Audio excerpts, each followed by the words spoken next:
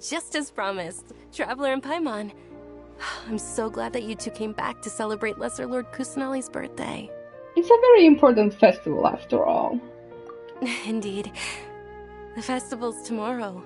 We've been preparing for so long that I can't help but feel a little nervous. I'm kinda nervous too. I hope everything goes well. There's no need to be nervous. Paimon's sure that Lesser Lord Kusanali will feel everyone's gratitude. Yeah, but you never know what's gonna happen. Thanks, Paimon. I hope that everyone who comes to the festival will also have a good time. Speaking of which, did you manage to make your way to Port Ormos? Discover anything over there? Of course we went. A lot of things happened there. Unfortunately, we didn't find any new information on Lesser Lord Kusanali. Instead, we were only left with more questions. I see. Sounds like you two had another exciting adventure.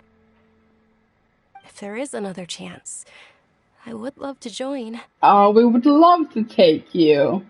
My lady, if you went to Port Ormos in your current state, we'd both be in for a lifetime of trouble. Yeah. Dia! You were eavesdropping! Of course she was.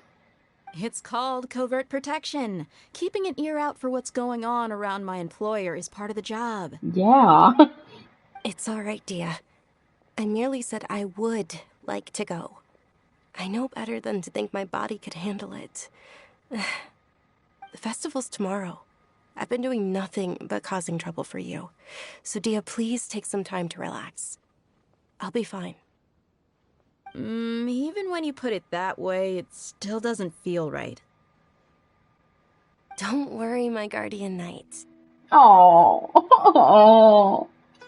Okay, fine, but only tonight. Tomorrow's a big day, and many no-good scumbags are gonna try to take advantage of that.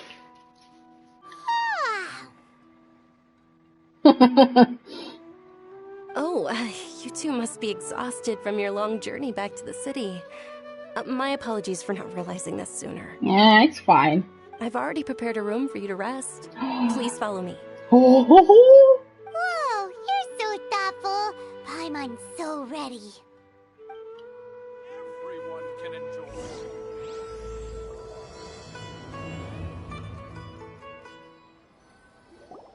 Here we are.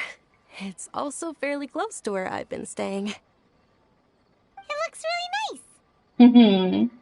It's amazing. Sorry for the trouble on your side. Not at all. Just tell me more about your adventures when you next get the chance. I will. That's Paimon's specialty. Paimon can tell you stories next time.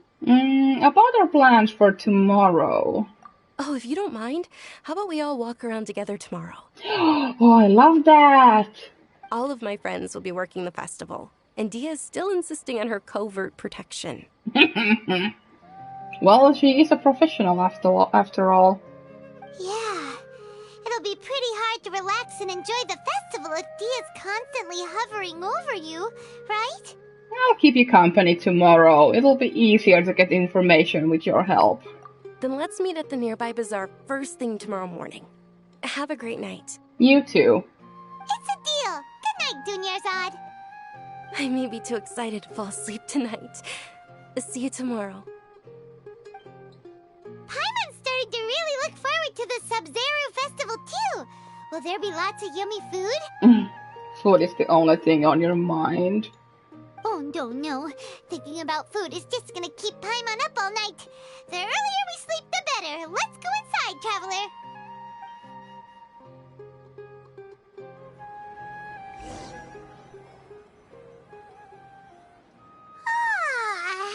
Did we oversleep? I wouldn't be surprised if we did. We should go meet Dunyarzad right away. Traveler, Paimon, I've been waiting for you two. Good morning, Dunyarzad. We must have overslept a little bit. Not at all. I arrived early. Today is finally here. I must cherish every moment as if it were gold. You've worked so hard for this day. You gotta enjoy it to the fullest. Yeah. You know it. Oh, it's just that, as expected, I had some trouble falling asleep last night. I'm hoping my body won't be too much of an issue today. I'll carry you if it needs to be. Well, shall we? Let's start with the stalls over there. Many vendors came out of the blue to support the event, and they insisted on covering costs themselves. Let's go give them some business. They paid for everything out of pocket? Oh, sounds like they're not in this just for the Mora. They all said that contributing to a lively festival atmosphere is more important than money. Especially since we don't often get to celebrate Lesser Lord Kusanali's birthday. Ooh, they're selling food over that way! Let's... This is a stall offering foods from the Haftmewa feast. Oh, you could tell straight away. I thought most people nowadays wouldn't know. Mushrooms, flowers, and all kind of fruit? It's all vegetarian stuff. Aw, Paimon's a little disappointed. So, what's the Haftmewa feast you mentioned just now? It's another Sabzeruz festival tradition. People used to set their tables with 7 different foods. Generally speaking, the most common selections were foods like Rukushifa mushrooms, lunar lotuses, Sumeru roses, sunsetias, kapulatas, hara fruits, and zaytun peaches. So, the Sabzeruz festival is a vegetarian holiday? You don't have to be a vegetarian to enjoy the spread. We just use the 7 foods to symbolize the 7 virtues of the Dendro Archon.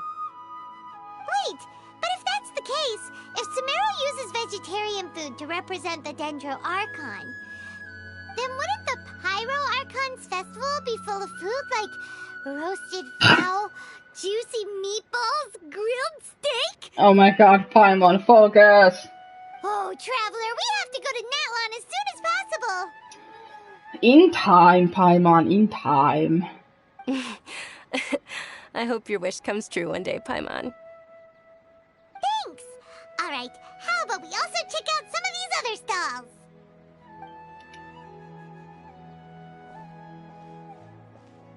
Dear customers, would you like to try your hand at alchemical divination? Ooh. What's alchemical divination? Those two things sound like they'd be fun to try together. Right? I thought the same when I first heard about it. It is said to be a mysterious craft invented by none other than Lesser Lord Kusanali herself. So, how does it work? It's quite simple. After you give me any 2 alchemical reagents, I'll use them to perform a random transmutation. Okay. Sure sounds random. So random that it will probably fail. That is precisely what we need. After the transmutation fails, your one and only diviner here will interpret the remnants. This entire thing is way too random. Well, according to Lesser Lord Kusanali, everything is interconnected, and all that occurs can be traced back to fate. You could say this is a pearl of old wisdom. Why does everything sound so much more credible when Dunyarzad says it? Are you guys working together? Very unlikely. So that's the true wisdom behind it. This young lady sure knows her stuff. So, how about it? Want to give it a try? Alright, I guess I can give it a go. Ooh, I can choose. What if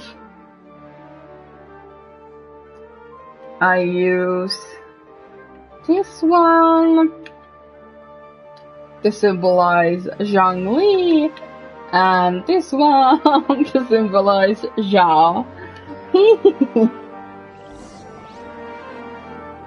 Okay, one moment.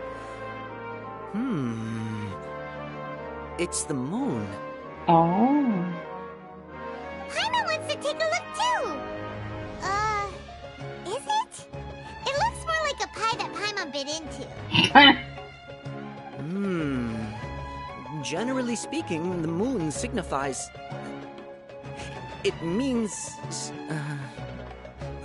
Wait a moment. Oh my god, poor guy.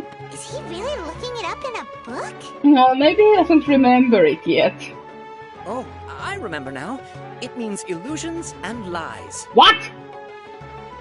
Illusions and lies? That sounds rather ominous. Well, yeah. Yes, but this book says that if you trust your intuition and overcome your fears, the sun will surely rise. Oh. He's not even trying to hide his book anymore. It's okay, Paimon. He's trying. Naturally, fate will only ever show you the beginning of a journey. It is up to you to forge your own ending. Oh, thank you so much. I'll keep that in mind. Oh, it's nothing. I'm just learning as I go. Guess that was still pretty interesting. Okay, on to the next stall. They say the Sabzeruz festival was very lively a long, long time ago. Large flower carriages used to parade through the city. As they headed towards Port Ormos, people would throw flowers, candy, and liquor all along the way. Dunyarzad's eyes are sparkling right now. I wish I could have seen that spectacle. But if you ask me, I'm sure Nilu's Dance of Sabzeruz would be just as impressive. Can't wait to see it.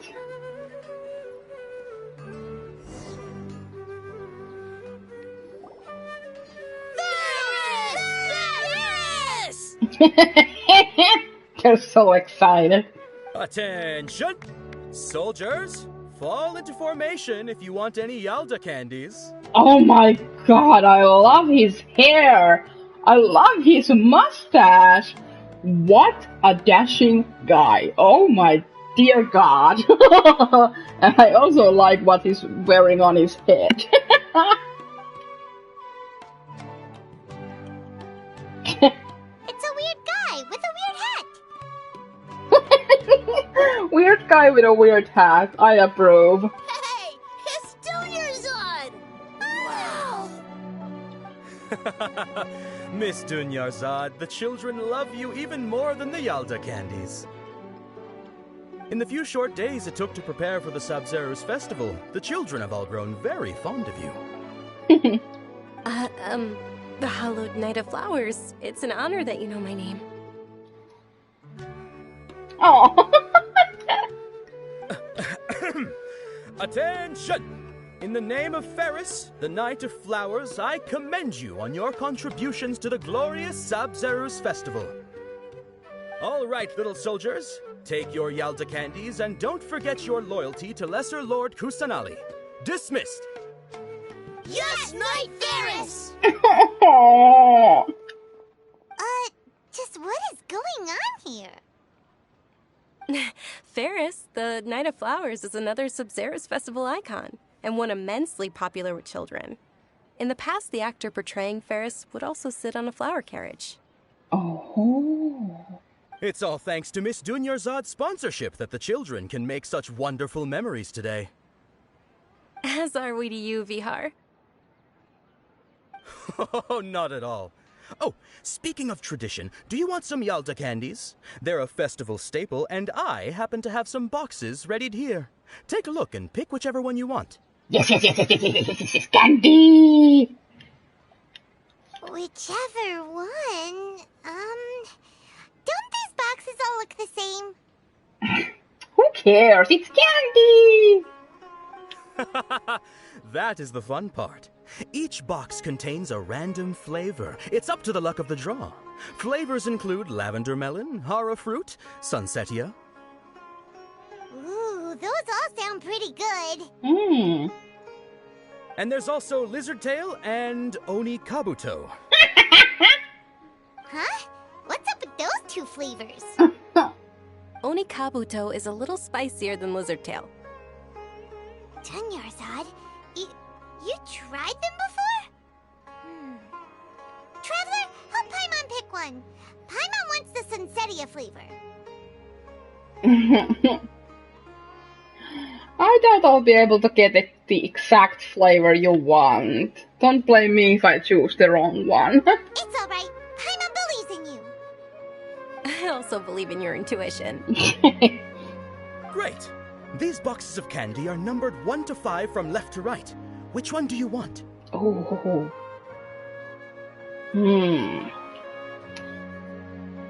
Let's go with the middle ground. Number 3. It's definitely number 3. Attention! That's unfortunately lavender melon. Aww. Oh, Paimon thought you survived so many epic battles because you had incredible luck. But looks like Paimon was wrong. I do not survive so many epic battles because of luck. I'm just incredibly strong, Paimon. Jeez. The Sunsetia flavored candy was in box number 4. How about this? The most important thing is that everyone has a good time at the festival. So please, take both boxes. Aw, thank you, VR. Really? Thanks a lot, Knight of Candies. It's Night of Flowers, not Night of Candies.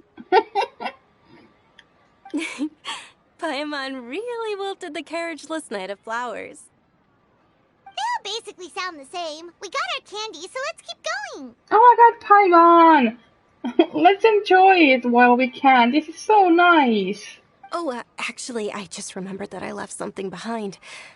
Since you're here, can you come with me to get it? Not a problem. Dunyarzad, you probably forgot because you're so excited about the Sabzeruz festival. How embarrassing.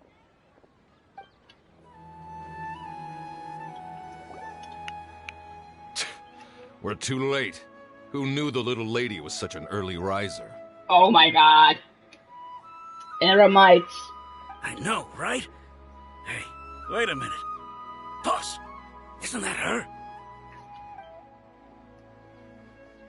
Oh, that most certainly is. We're in luck. She's walking right into our clutches. Oh no, she's not. I'm over here too. Those Eremites don't look like they're up to any good. Who are you? I don't believe the Homayanis hired you. That's right. We haven't received any of their mora, but I wonder how much the Homayanis would shell out to get you back. Oh god, of course. They're a gang of kidnappers! Traveler, hurry and protect Dunyarzad! We'll be fine. Professional here, ready to go. Hey, did you scumbags even consider that the Homayanis might have hired a merc that outclasses you? You're Dia! Dia the Flame Main! No wonder we mercs haven't heard anything about you for so long. You sold your unruly mane to the highest bidder. Don't speak so disrespectfully. My family started working with her as gratitude for her past kindness to us. Don't worry about it, my lady. Just some friendly banter between mercs. One punch and those rabid dogs will expose themselves for what they really are. Aren't your claws all dull by now? Don't get too cocky! Traveler, take Miss Dunyarzad to a safe location. Okay. No, we're gonna stay and help. There's Oh, too okay. many of them. We can't guarantee anyone's safety here. Dia has top priorities, her employer's safety. You're right. All right, fine. Please be careful, Dia. Don't waste your time worrying about me. This is my job. Look out for yourself. After I've wiped the floor with them, I'll go find you all.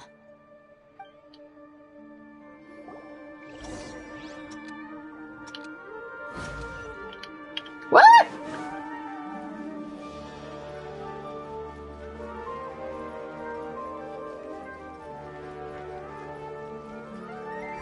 Well, that was easy. Oh no! Oh no! Dunyarzad! Dunyarzad, are you okay? You look a little pale. Are you in shock? I'm fine. My body always reacts like this whenever I exert myself too much. You sure you're okay? I'll be fine after some rest. I'm more worried about Dia. After all, none of this would have happened if I hadn't insisted on coming out today. Don't worry, she's tough. She's protecting you because she agrees with you. Yeah, don't worry.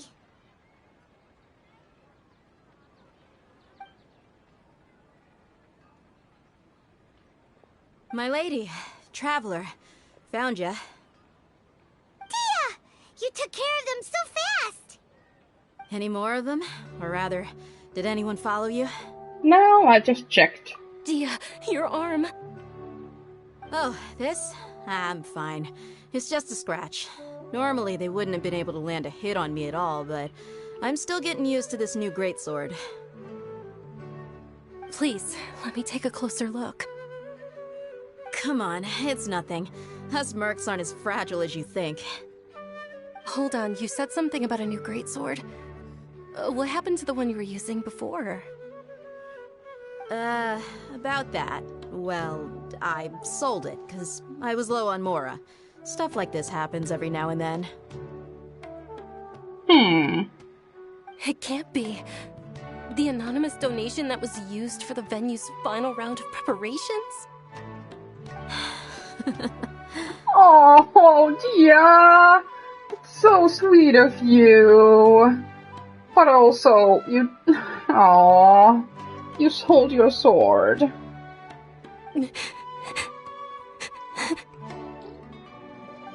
Hey, Miss Dunyarzad, I wasn't trying to make you cry, and I'm not gonna lose my commission because I made my employer cry, am I? Okay, making your employer cry won't affect your commission, but selling your weapon without permission and getting hurt? I'll have to reevaluate your performance. You're so unreasonable, my lady. We have plenty of great swords. You can have one. Thank you very much, Dia. Don't be like that. I get embarrassed really easily. Oh. Are you feeling unwell again, Dunyarzad? My lady, your condition. Traveler, can you take her somewhere to rest? I'll look around the area to make sure we're safe from an ambush. Leave it to me.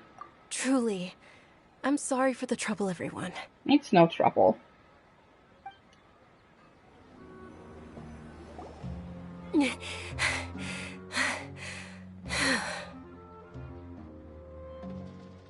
Are you feeling better, Dunyarzad? Yes, much better. Just give me a few moments and I'll be good to go. Dia's expression just now, when she mentioned your condition. Just how serious is your illness? I didn't realize you were concerned about it. I guess I shouldn't continue to keep it a secret. Well, it was quite obvious. I was actually born with Elazar. It's terminal now. Yeah, I kind of... Yeah, I knew. Can't believe it's Elazar! Oh, you've already heard of Elazar. In that case, you probably know about its severity. Oh, yeah, yes we do. Sumeru's current medical advancements still haven't been able to find a cure. The disease's progression can only be delayed through environmental therapy. Dunyarzad. There's no need to be sad. I've always lived with Elazar and I came to terms with it a long time ago. Compared to the simple fact that I'm afflicted with this, its effects on my life have been much more painful. I know that my family loves me dearly. They've done all they can to provide the best environment for me so that I can live for that much longer. However, I know I will one day succumb to this. Did you know?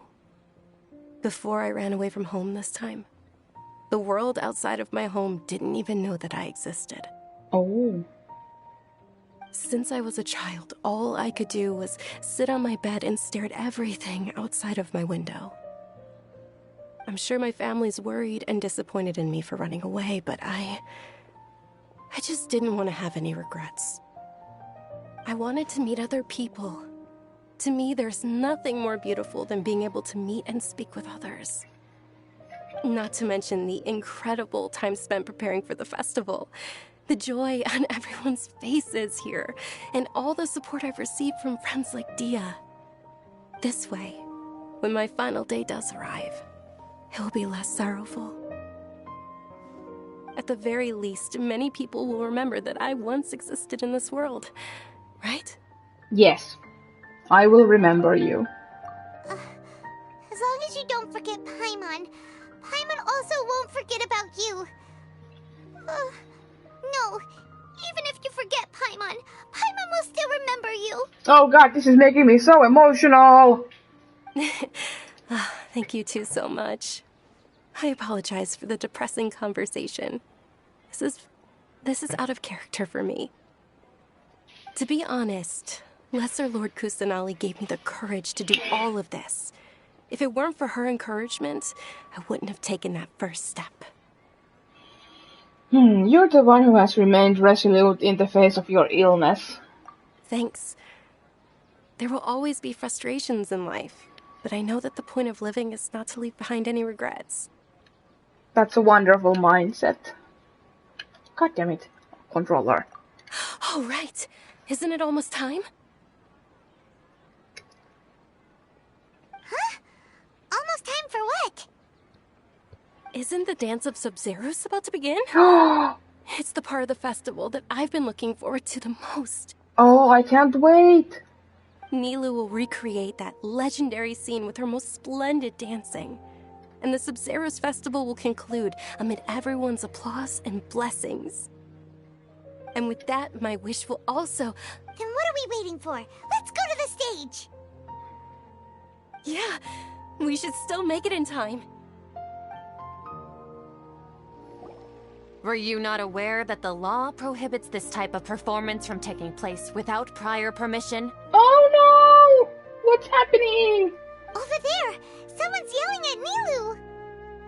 I think I just saw the Academia's Grand Sage.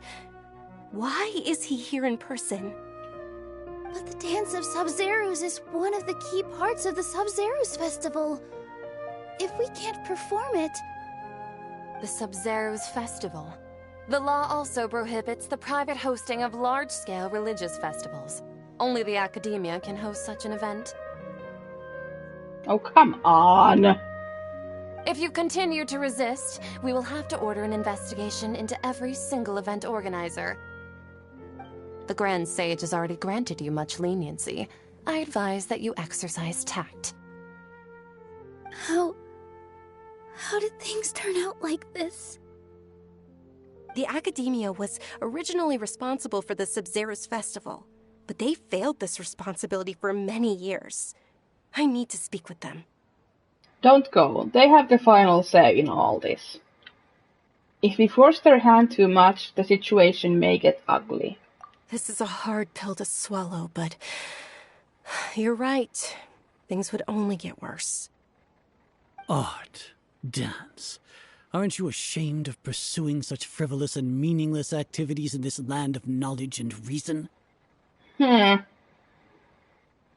Archon created the utopia that is Sumeru City for all scholars who sought validity, verity, and truth, while people like you wish to defile it. Oh, fuck you. I'm not religious myself, but let people enjoy art. No. I believe that our Archon never rejected the arts. Even the goddess of flowers dedicated a dance to her. With your lack of intellectual credentials, I do not believe you are qualified to debate with me. What you should be doing is finding workers to tear down this ridiculous eyesore. Oh my god! Could you be any nastier? When we return, have the scribe draft an ordinance before the next Nyargarbaha Day that prohibits public art performances. We will announce it to the public later via the Akasha. Aww. Understood. I will inform him when I return. The Sabzeruz Festival. Go celebrate the birth of that god to your heart's content. Nilou, are you okay? Oh, Dunyarzad, You all saw that just now? The Grand Sage ordered us to stop the performance. Yeah, I noticed. Yeah. Let's go somewhere the Academia can't find us and perform there. But how do we let everyone know? And what about the atmosphere on the stage? Or we could get people to block them off so they can't interrupt the performance. No. They just threatened to investigate the organizers. If we were caught... Nilou, it's all right. Don't worry about it. But you've been looking forward to the Dance of Sabzeruz so much. And I know how important this festival is to you. I don't want you to have any regrets. It's okay. Seeing you care this much about my feelings is more than enough. It would be too risky to continue the Sabzeruz festival at this point. I don't want to get everyone in trouble. If you say so. But you can sneak out for the next Sabzeruz festival, right? We'll make sure the next one is a smashing success. The next one. Yeah, she might not be around then. Yes. Okay, it's a promise. It will be a smashing success. Paimon can't believe this is how things turned out. Those heartless geezers. Is there anything else we can do? It really is okay. There's nothing we can do about it. Well, I'm sure we could figure out a way. Still, I'd be lying if I said I had no regrets. I would have loved to see Nilou's dance.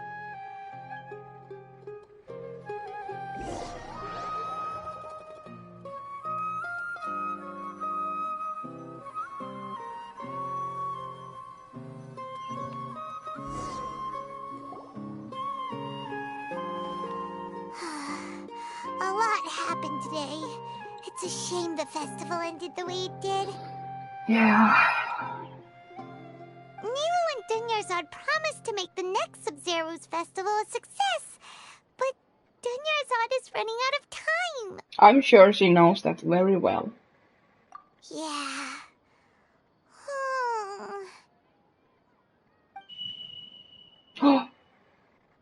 All connections have been secured to construct the most stable framework possible.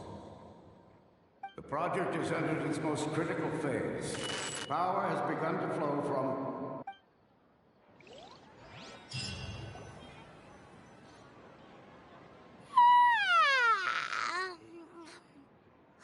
Oh, we're gonna be late! It's all because you wouldn't get out of bed! Yeah. We should go meet Dunyarzad right away! Good morning, Dunyarzad. Sorry we're late. Didn't we go over this already? Not at all. I arrived early. You seem kinda tired. Did you not get enough sleep? I'm doing well. There's no need to worry. Shall we go? Let's start with the stalls over there. Yeah, Lumine is having the same thoughts that I am. Sure! Traveler? Why are you just standing there? Let's get going!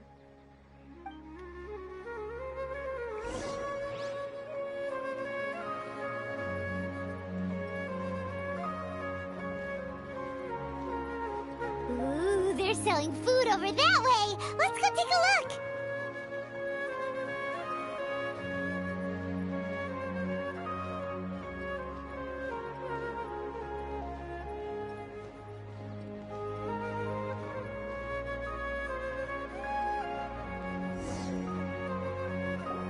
This is a stall offering foods from the Haftmewa feast. Yeah, I know. You are quite well informed, miss. I thought most people nowadays wouldn't know. They're all plants! Oh, Paimon's a little disappointed.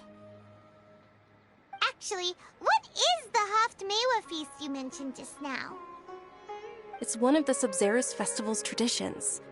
People used to set their tables with 7 different foods to symbolize the 7 virtues of the Dendro Archon. Wait, starting from just now. Something feels really familiar. Remnants appear to be in the form of the moon. Oh? Really? Paimon thought it looked like some kind of food. The moon signifies... It's escaping me for now. Wait a moment. Is he really looking it up in a book? What is going on? Oh, right. It means illusions and lies. But if you trust your intuition and overcome your fears, the sun will surely rise. Is this deja vu? Understood. I'll keep that in mind. Oh, it's nothing. I'm just learning as I go. Guess that was still pretty interesting. Okay, on to the next stall.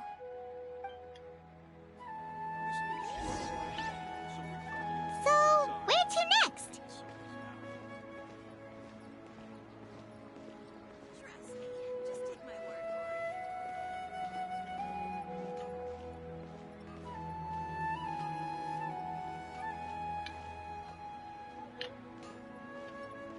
What is going on? I have a feeling, but...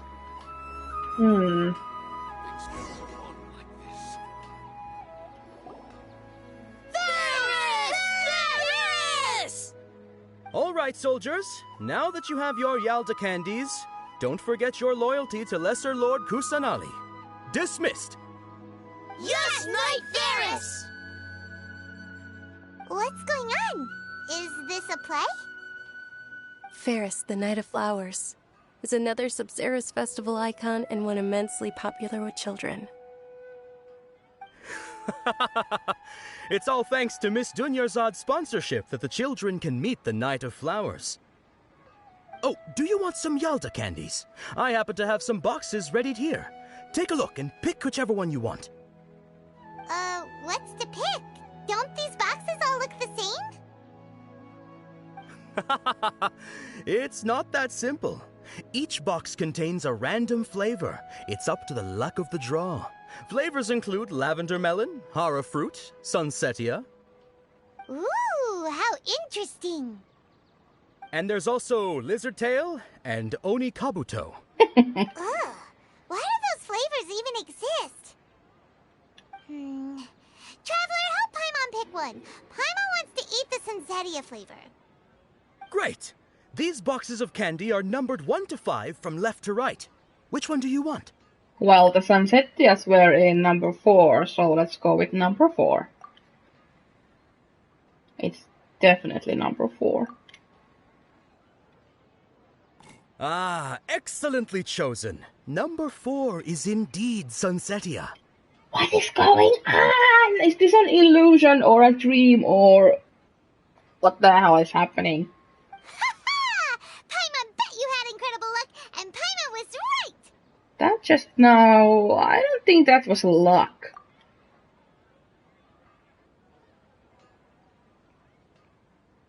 I don't know why, but I knew it must have been number 4. Huh? How's that possible? It's obviously random. Why do I keep having this sense of deja vu? What a strange feeling. Maybe we didn't sleep very well last night. Or maybe we slept too much. I'm sorry, Dunyarzad, but I need to leave for a moment. Oh, sure. Huh? Where are you going? You're just gonna walk off like that? A feeling of deja vu? Oh, Paimon knows what that is. It's when you feel like you've already experienced whatever is going on. Yep. In that case, Paimon also felt something like that today.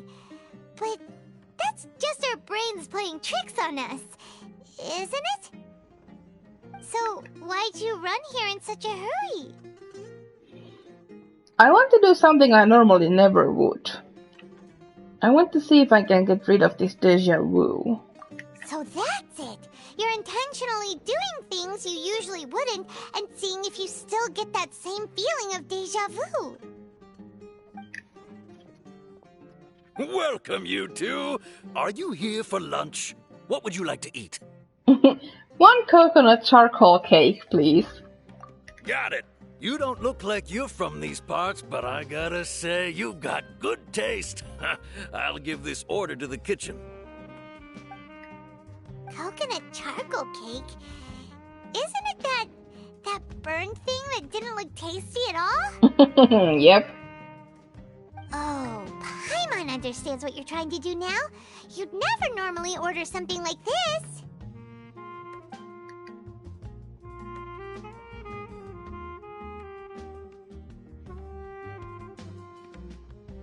That thing? Are you really gonna eat it? Yep. Watch me, Paimon. Isn't this going a bit too far? Here goes.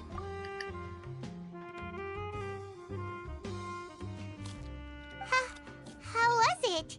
The look on your face is telling Paimon that it tasted awful. No, it actually tasted really good. Then, you mean...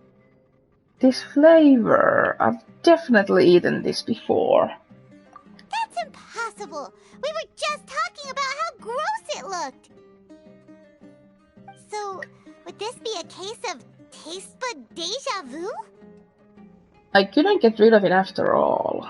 Looks like I tried this before. Paimon also gets the impression that we've been here many times, even though we aren't regulars. How about we go out again and try something else?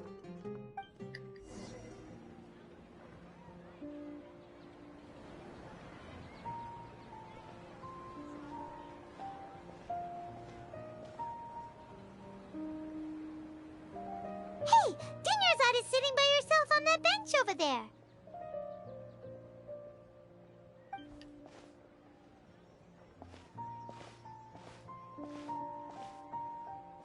What a coincidence, Dinyarzad.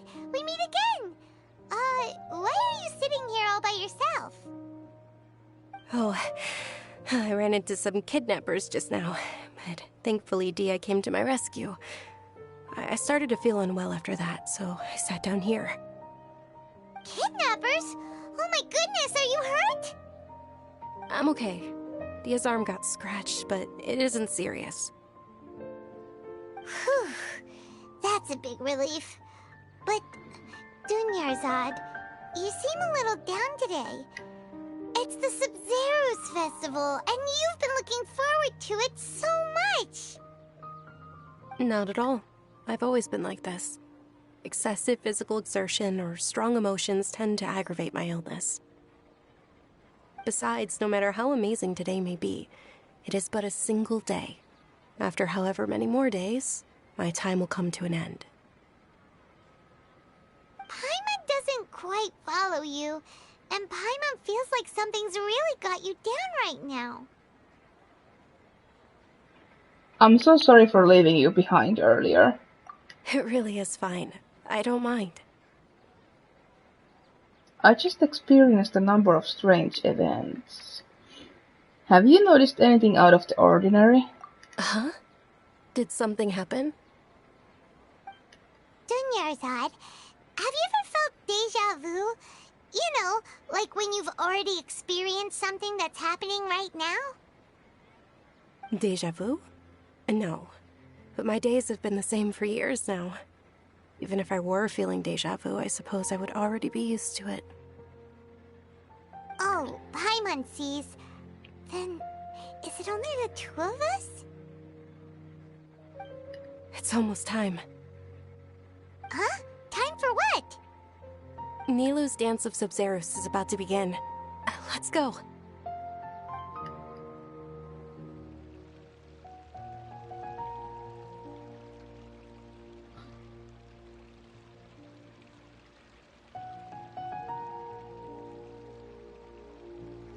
With your lack of intellectual credentials, I do not believe you are qualified to debate with me.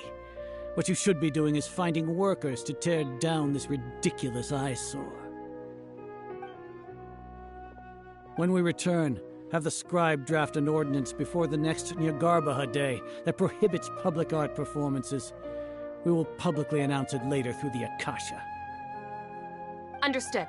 I will inform him when I return. The Sabzeruz festival. Go celebrate the birth of that god to your heart's content.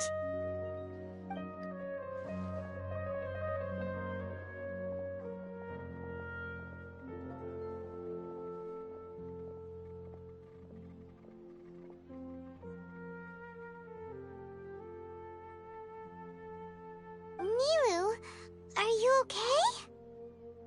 Oh, Dunyarzad. The Grand Sage ordered us to stop the performance. It's okay. There's nothing we can do about it. But you've been really looking forward to this. I don't want you to have any regrets. It truly is unfortunate, but I don't want to cause trouble for anyone. Didn't the Grand Sage say that he might investigate the organizers? True, but...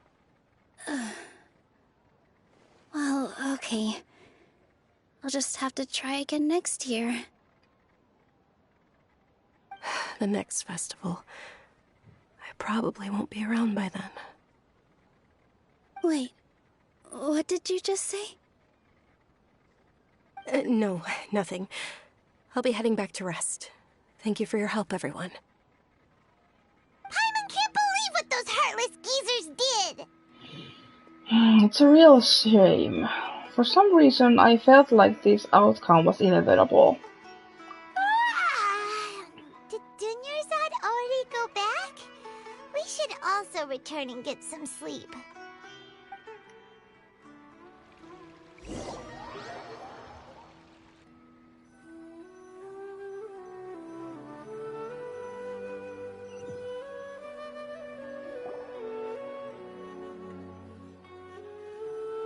So, in the end, you still couldn't figure out what that deja vu feeling was all about? Maybe it really was because of exhaustion. I'm feeling... I hadn't thought about it, but my head does feel heavy. Very heavy. Same here. That's why Paimon stopped thinking about it halfway through the day. Then, how about we settle in and get a good night's sleep? For now, we can chalk things up to exhaustion. We can do more thinking tomorrow.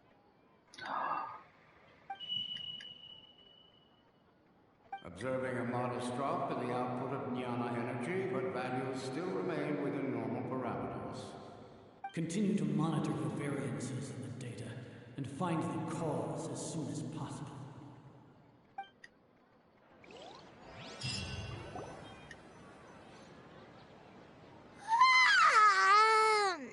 Why does Paimon feel so tired after so much sleep? Anyway, we should go meet Dunyarzad right away.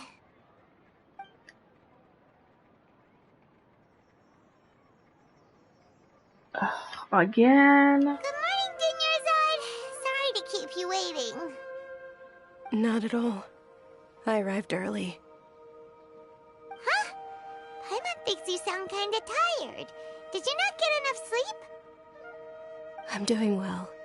There's no need to worry. Shall we go? Let's start with the stalls over there. What is going on? Let's get going. Traveler?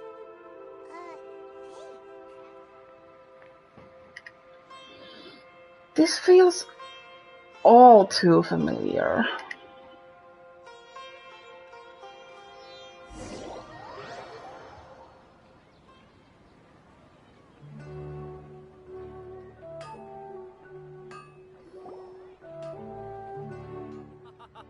It's all thanks to Miss Dunyarzad's sponsorship that the children can enjoy the Sabzeruz festival.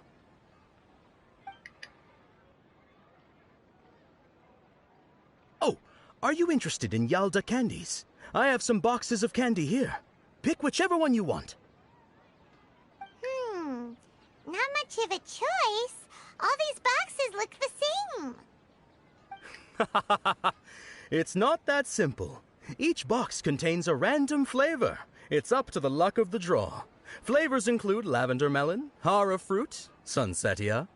They all sound pretty tasty. And there's also lizard tail and oni kabuto. Huh? What were those last two? She'll help me choose. Paimon wants to eat the sunsetia flavor. No problem. These boxes of candy are numbered 1 to 5 from left to right. Which one do you want? They're all number 4. Jesus. Oh, I like your confidence. No hesitation at all. Oh, congratulations! Number 4 is indeed sunsetia.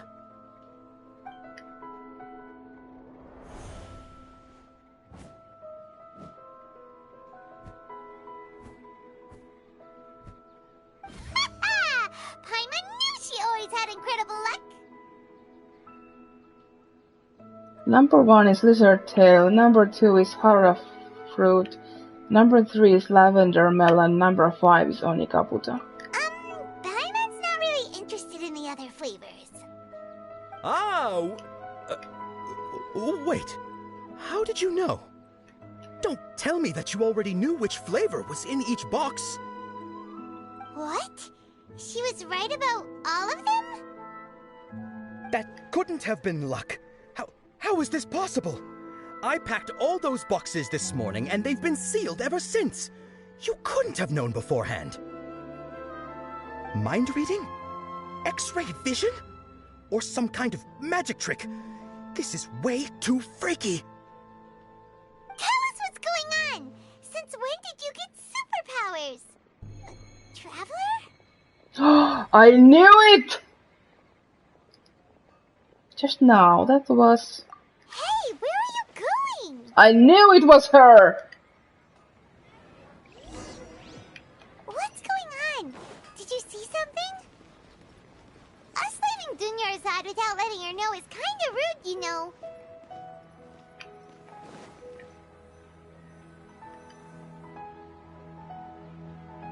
Aha!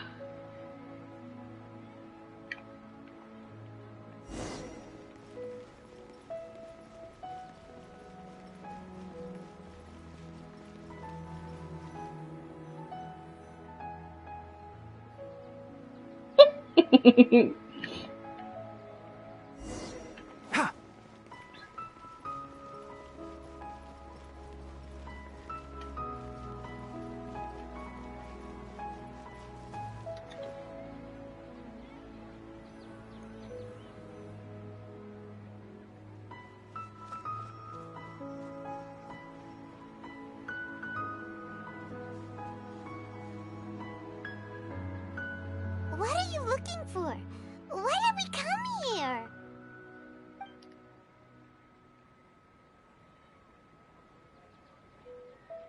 It's the bird! It's the bird! Traveler?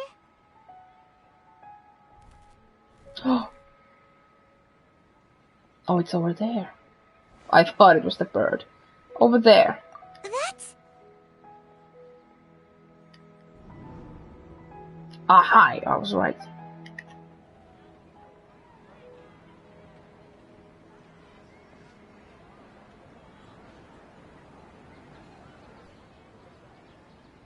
Oh, there she is.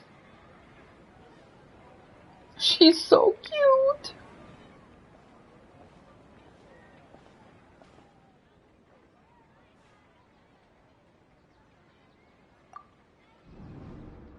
Look! That's... Isn't that Dunyarzad? What happened to her?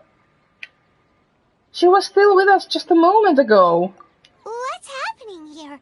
Why are there 2 Dunyarzads? You already know that this isn't your first Sabzeruz festival, don't you? I'm sure you already know how to use this.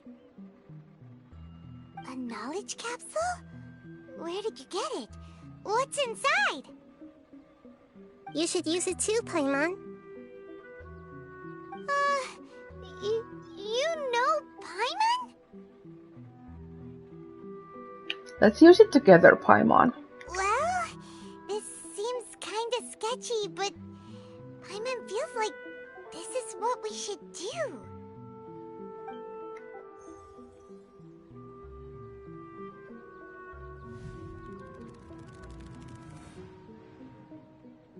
What the? Memories. So many days worth of memories. This is our 20th time at the Sabzeruz festival? Huh? No. The 30th? 40th? Just how many times have we been to the Sabzeruz festival?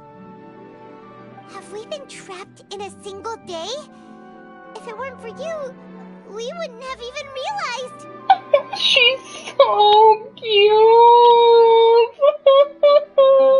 What the heck was inside that knowledge capsule?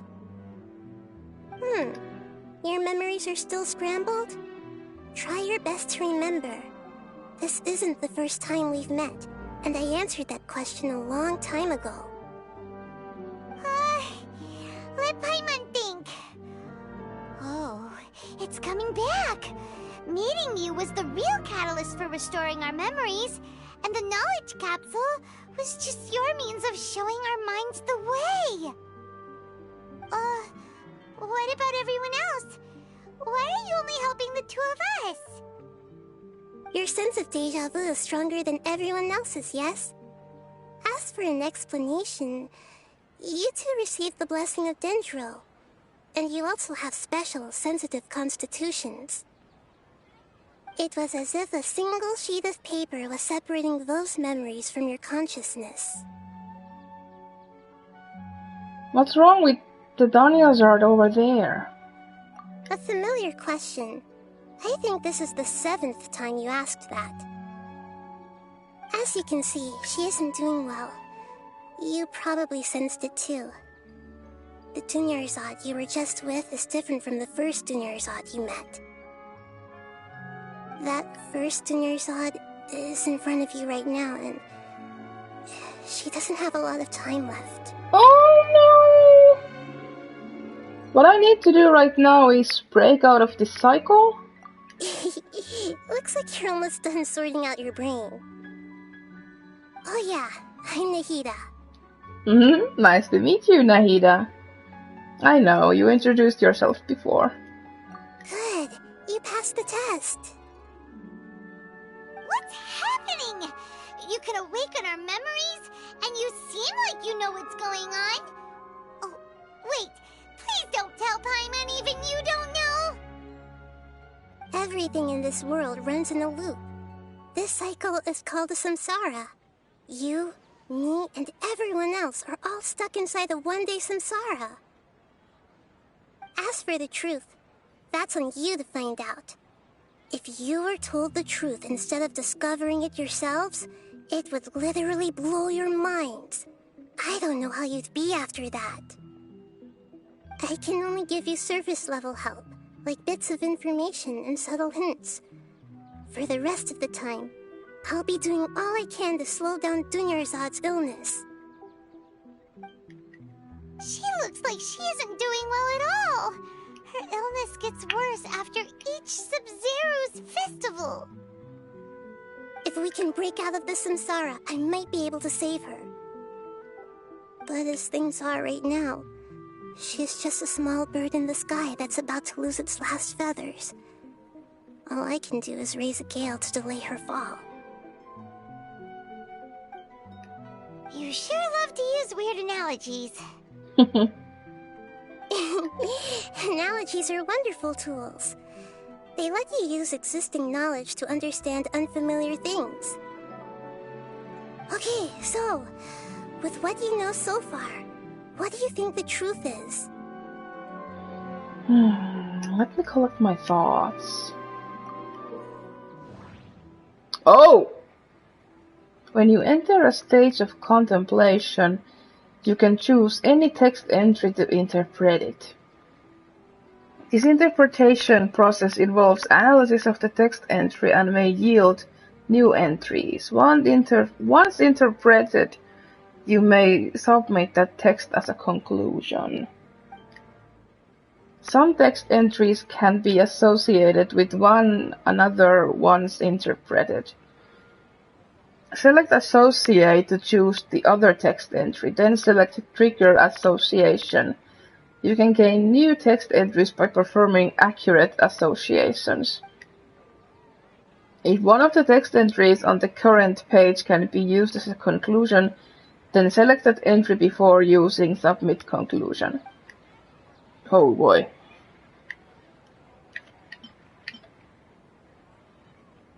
Alchemical divination souls. The moon, illusions, and lies. What do they all mean?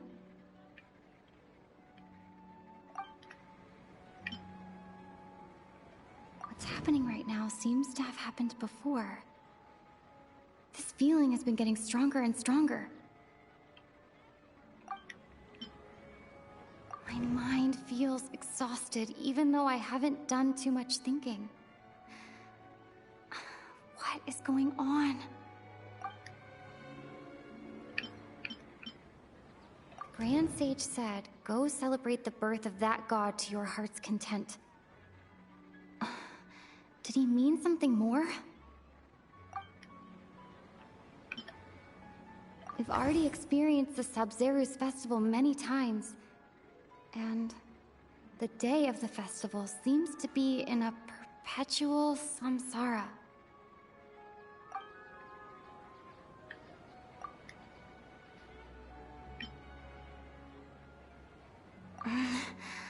I can't seem to cohesively piece everything together.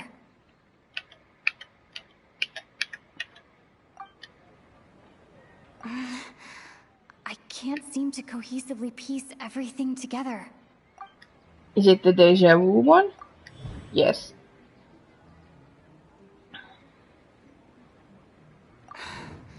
That should be it. The flow of time is endlessly cycling within one single day.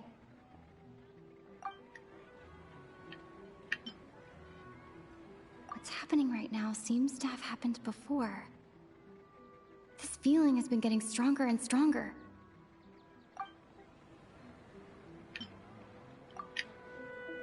A time loop. You've given similarly wrong answers in the past. A pity. Am I really that dumb? Still the wrong answer? Paimon thought that made a lot of sense. It feels like time's just repeating itself. A simple time loop can't explain some of the phenomena. You two are still missing a lot of information. Unfortunately, I can't give you any more hints.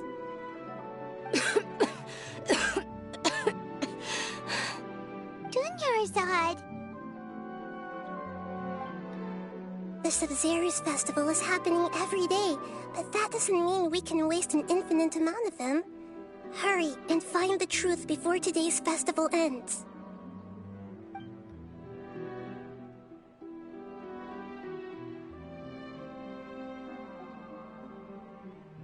Let's think about our current situation.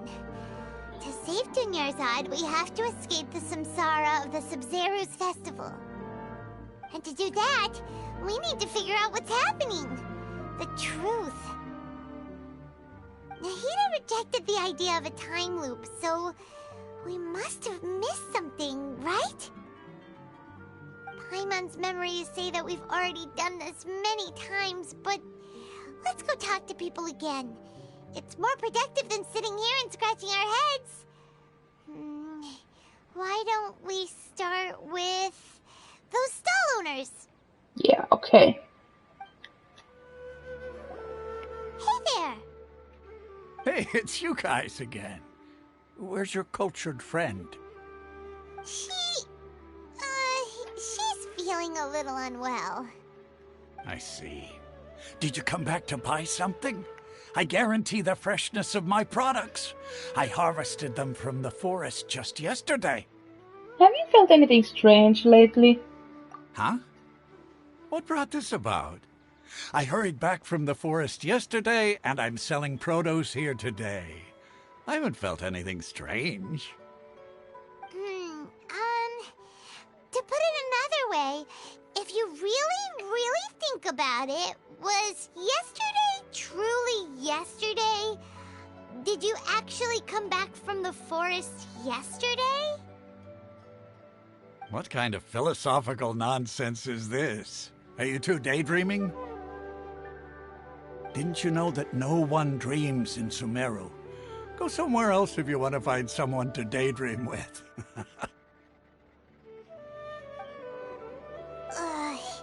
He actually has a point. Is this a dream? Is everyone dreaming? Remember what he said just now. No one dreams in Sumeru. True. It's so weird that people here don't dream. Why is that? Anyway, if this all really were just a dream, we would have woken up a long time ago. Let's keep asking around. Oh, it's you two.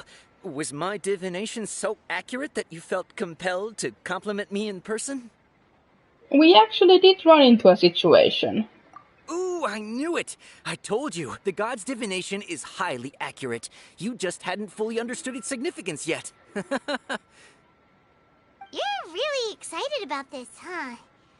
That's exactly why we came back.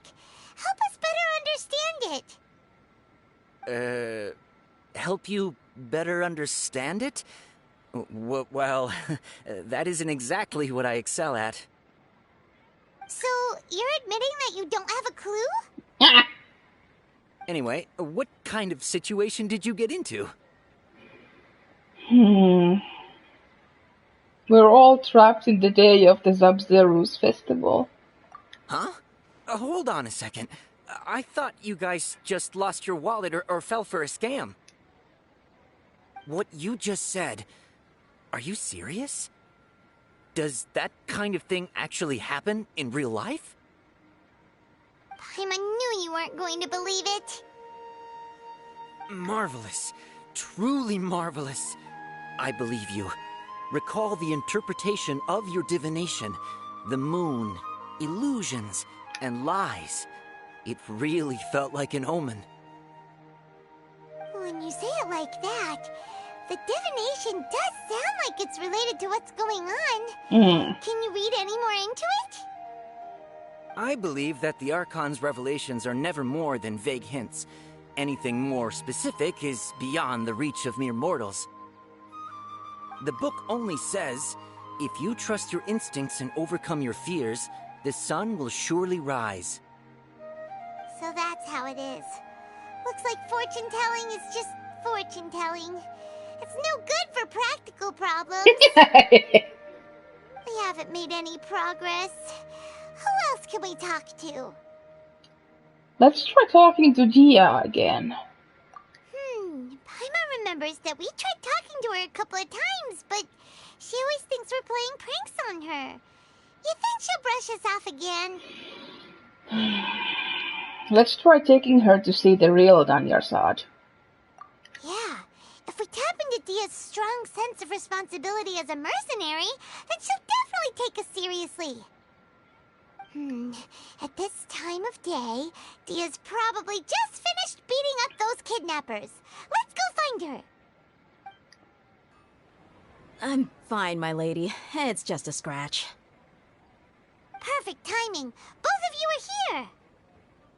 Paimon, Traveler, you came at just the right time. Listen, there was a dangerous A gang of kidnappers had just ambushed you.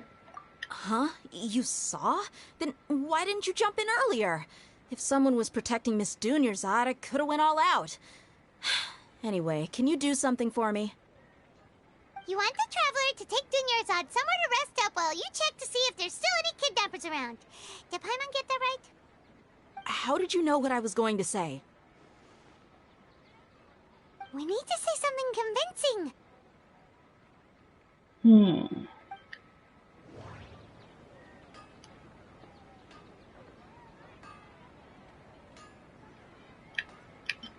Dia sold her greatsword to raise additional funds.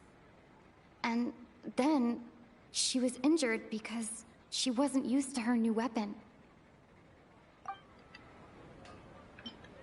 People in Sumeru don't dream.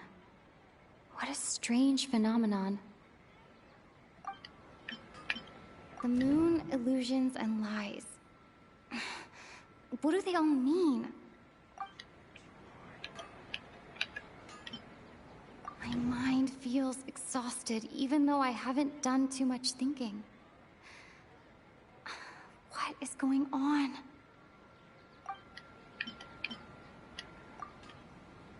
Tell her, Traveler!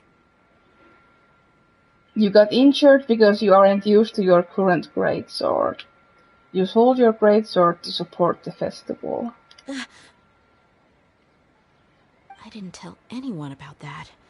Including Miss Dunyarzad. You couldn't have known. And just now, you literally took the words right out of my mouth. What's going on? All right, so this is the situation.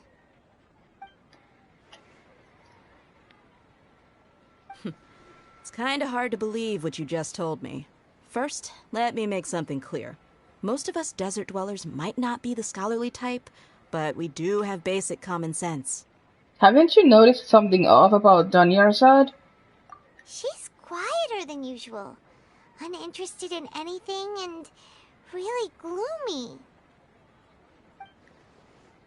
Yeah, she isn't the same as before, but her parents said that this is how she was like at first.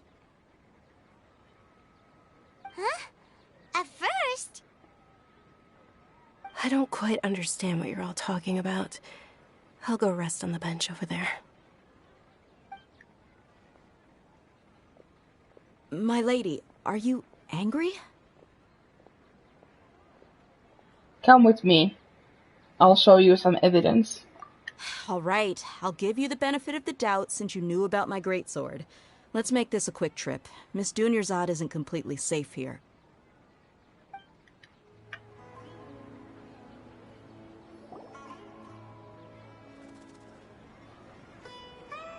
Nahida! We brought a friend! Are you busy?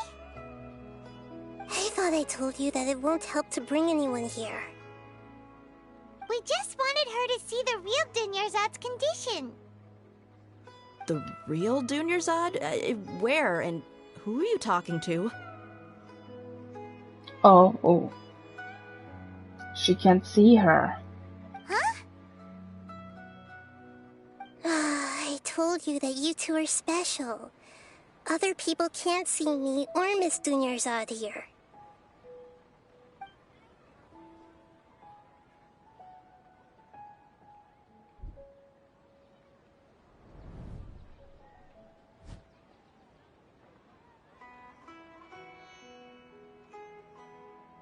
Hold on. Over there. Is that? You can see her?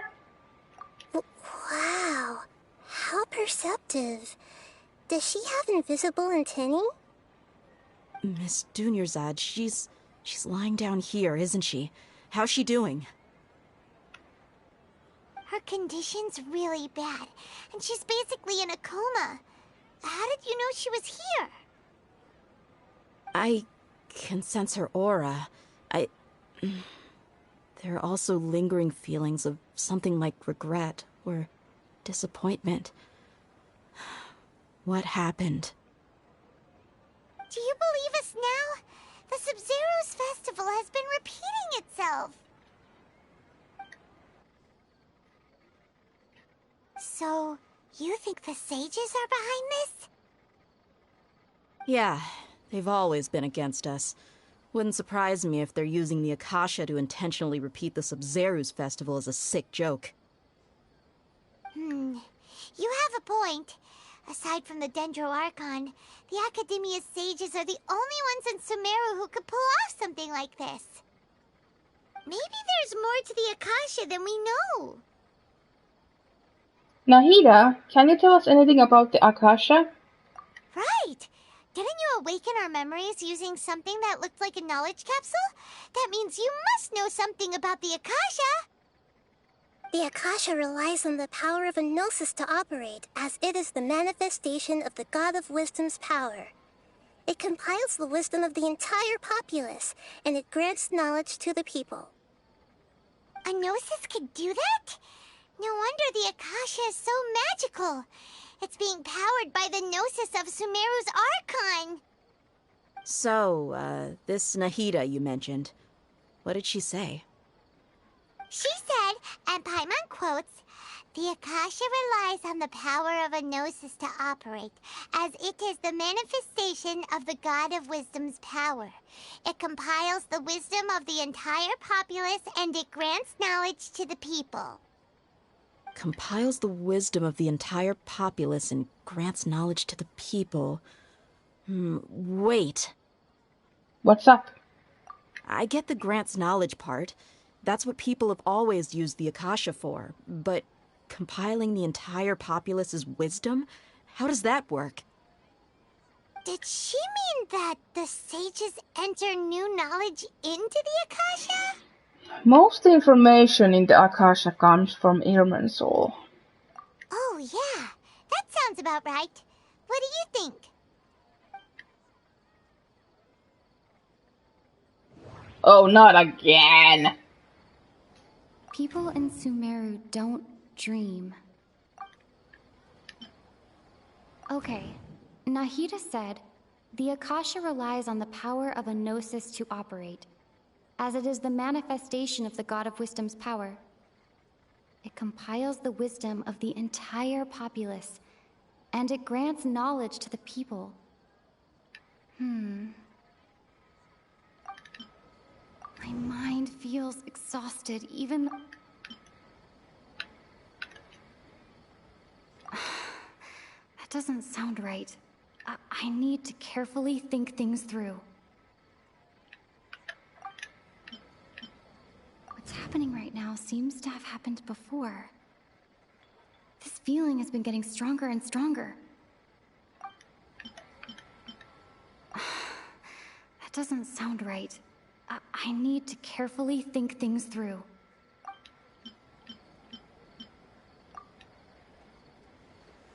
You mean the Akasha is causing our mental fatigue? Now that I think about it, my head's been feeling unusually heavy. Well, there you go! When the desert dwellers set off on their quest for knowledge, a sage once said, knowledge always comes at a price. Compiling the entire country's knowledge. You think the Akasha pulled a 180 and is extracting information from us? I fucking knew it from the start that I knew there was something wrong with this Akasha system the first time it was introduced when we came to Sumeru City. I fucking knew it. But how would it do that? Who knows? The Akasha can put knowledge into our heads, so who's to say that it can't also poke around in there? We don't know any specifics. Yeah. What's the point of doing something like that? To follow people! Just think about it. If you could combine the knowledge of every single person in Sumeru, then you can basically turn Sumeru City into a single massive brain. This hive mind could make breakthroughs in problems that even the smartest geniuses can't crack. An excellent deduction. And the analogy comparing Sumeru City to a massive brain? I love it. In that case, we should take off our Akasha terminals right away. Maybe that'll solve this problem. Somehow I don't think it'll be that simple. Yeah, I was only wearing this for show in the first place. Didn't expect the sages to cook up such a conspiracy. Mark my words, when this is over, I'm getting evidence and exposing this whole thing to the public. How does everyone feel? Actually, I also noticed something else. Huh? What is it? I feel like at the end of the day, there is always the sound of a beep. Oh, that! Paimon knows what you're talking about. It's a single soft beep that sounds like it's coming from the Akasha terminal. The sound of a beep. Could it be a prompt tone for when the Akasha is operating? I heard the same sound in Port Ormos. That's probably an important clue. We weren't using our terminals, but we heard a beep anyway. Oh. Traveler, did you hear that? Uh-huh. I heard it too. Our ears aren't messing with us. There was definitely a beep, but it sounded like it was coming from inside my head. We took off our Akasha terminals.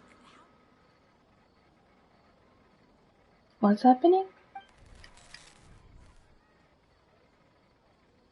Phase runtime has exceeded its expected length. At this rate, there may be casualties. But we cannot lose all of our progress.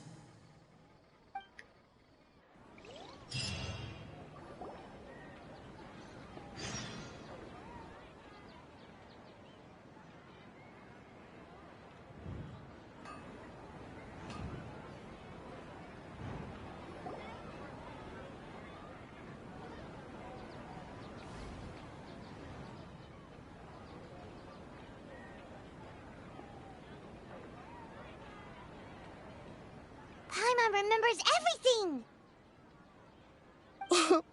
Good. You adapted quickly this time. At the end of last night. We definitely took off our Akasha terminals last night, but we still heard that beep. Why is that?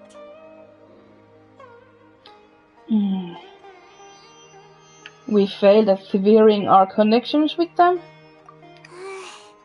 But now we can at least confirm one thing. The Akasha definitely has something to do with whatever's trapping us in this cycle. Oh, Paimon doesn't get it.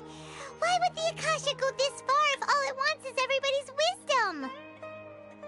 It's extremely difficult for lab rats in an experiment to understand why they're being treated the way they are. If we're lab rats, then what are you?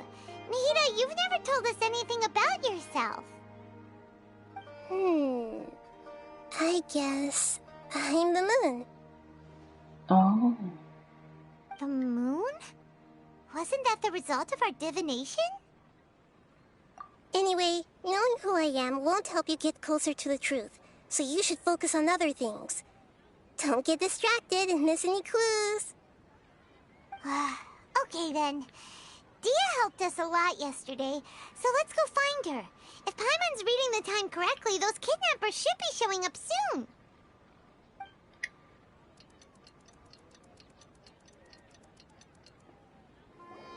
Ah, there you are. I've already taken care of those kidnappers. My lady, did you get hurt? Hold on, something's not right. Dia? What's wrong? Why are you both gawking at me like that? Where are your wounds? You didn't get hurt this time. Huh? What do you mean this time? Why are you so surprised that I managed to get out unscathed? Those kids were amateurs. Aren't you still getting used to your new greatsword? Shh! How did you know about my greatsword? I haven't told anyone about it. Please, don't tell Miss Dunyarzad. So Dia's lost her memories after all. During your battle, did anything feel strange? Anything strange? You already know that I got a new greatsword. If I had to say something, it's weird how such a new weapon could feel so familiar. Oh, it's because she's been using it so much. It's as if I've already used it to fight a countless number of battles. You're saying that, although you don't remember using it, your body feels like it does? That's right. Both mercenaries and warriors heavily rely on muscle memory. Only knowing the theory of battle won't get you anywhere. Traveler, what do you think? Could it be because we removed our Akasha terminals? This has never happened before. Yeah! Paimon's feeling really hopeful. Is it possible that we have already broken free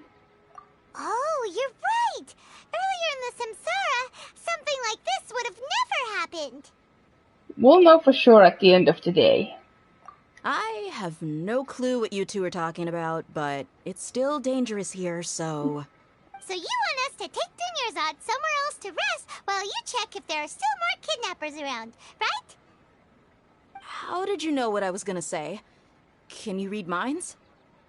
Yes. Forget it. Go and do your thing.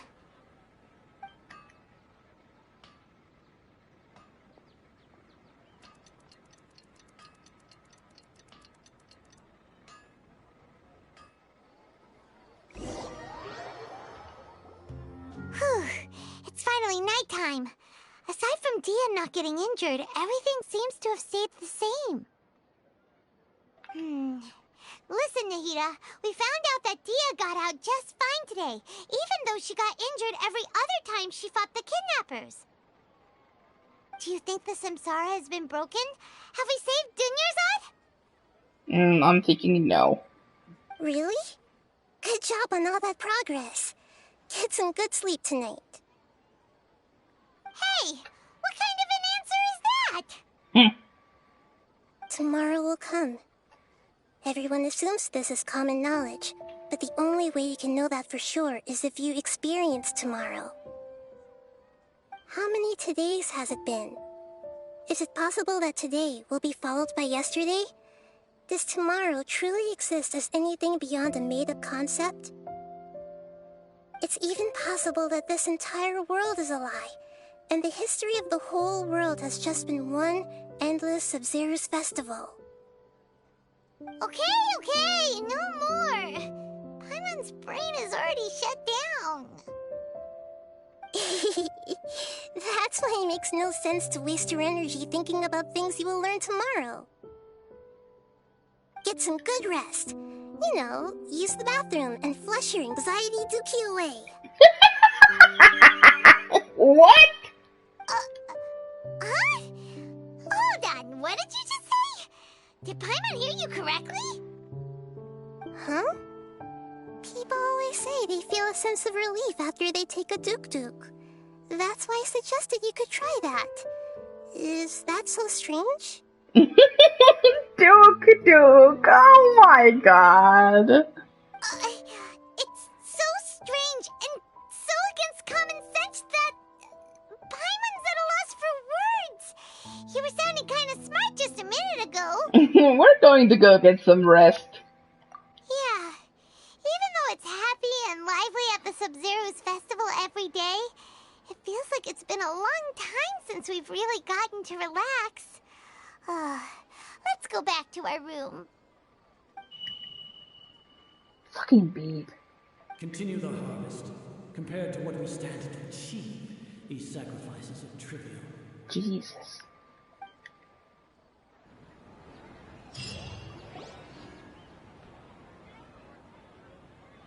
We're still in the same day.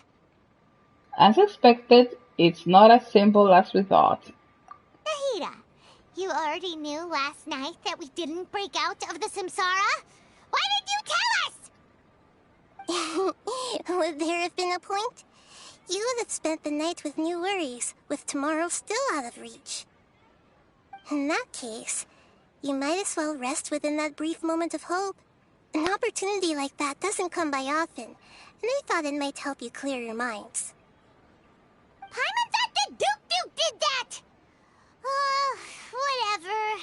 Guess you were looking out for us after all. Of course.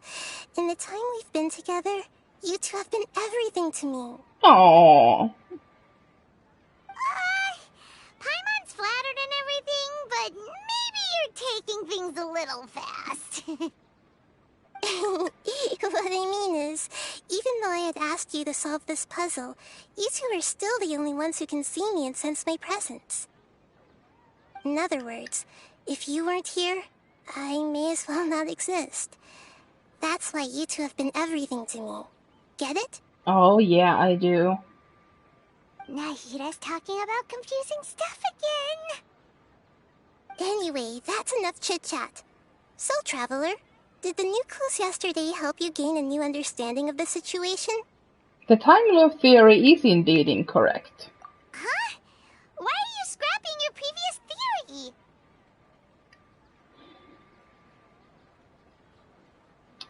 Dia's fighting skills have been improving. Danyasar's illness has also gotten worse. Oh, yeah! You're right!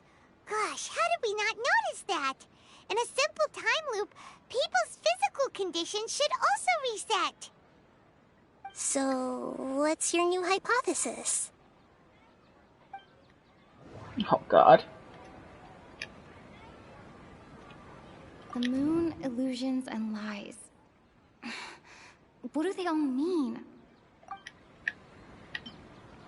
Mercenaries rely heavily on muscle memory. And Dia was able to use her experiences to avoid injury in later samsara cycles.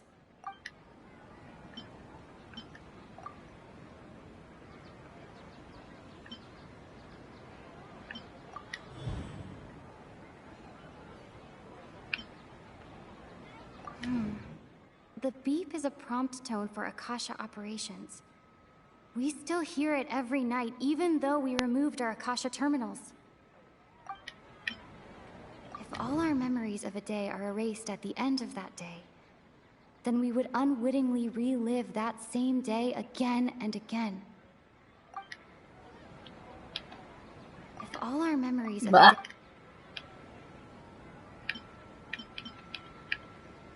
Okay, Nahida said, the Akasha relies on the power of a gnosis to operate, as it is the manifestation of the God of Wisdom's power.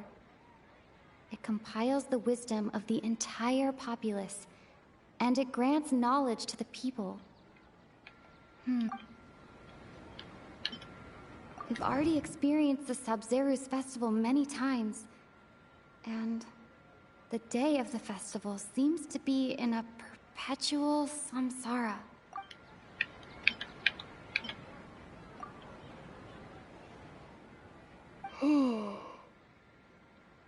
We aren't in a time loop. Instead, our memories are being erased at the end of each day. Oh! Then the beep we hear every night could just be indicating the deletion of our memories! Yep. That's why, when we wake up, everyone thinks the Sabzeruz festival hasn't happened yet! It's already the next day, but everyone still thinks it's the day before! But muscle memory can't be erased. That's why Dia has been getting better at using her greatsword. Now everything makes sense! A brilliant deduction. Well, thank you. Nahida, tell us if we're right or wrong. To put it simply, it's as if you've mistaken a pyro crystal fly for a firefly in the night. You lost sight of its true nature because you focused too much on your perception that it glows. That isn't simple at all! Still the wrong conclusion, huh? Why don't you go talk to Miss Dia again? You might learn something new. Right! She did help us find our latest clue after all. Let's go!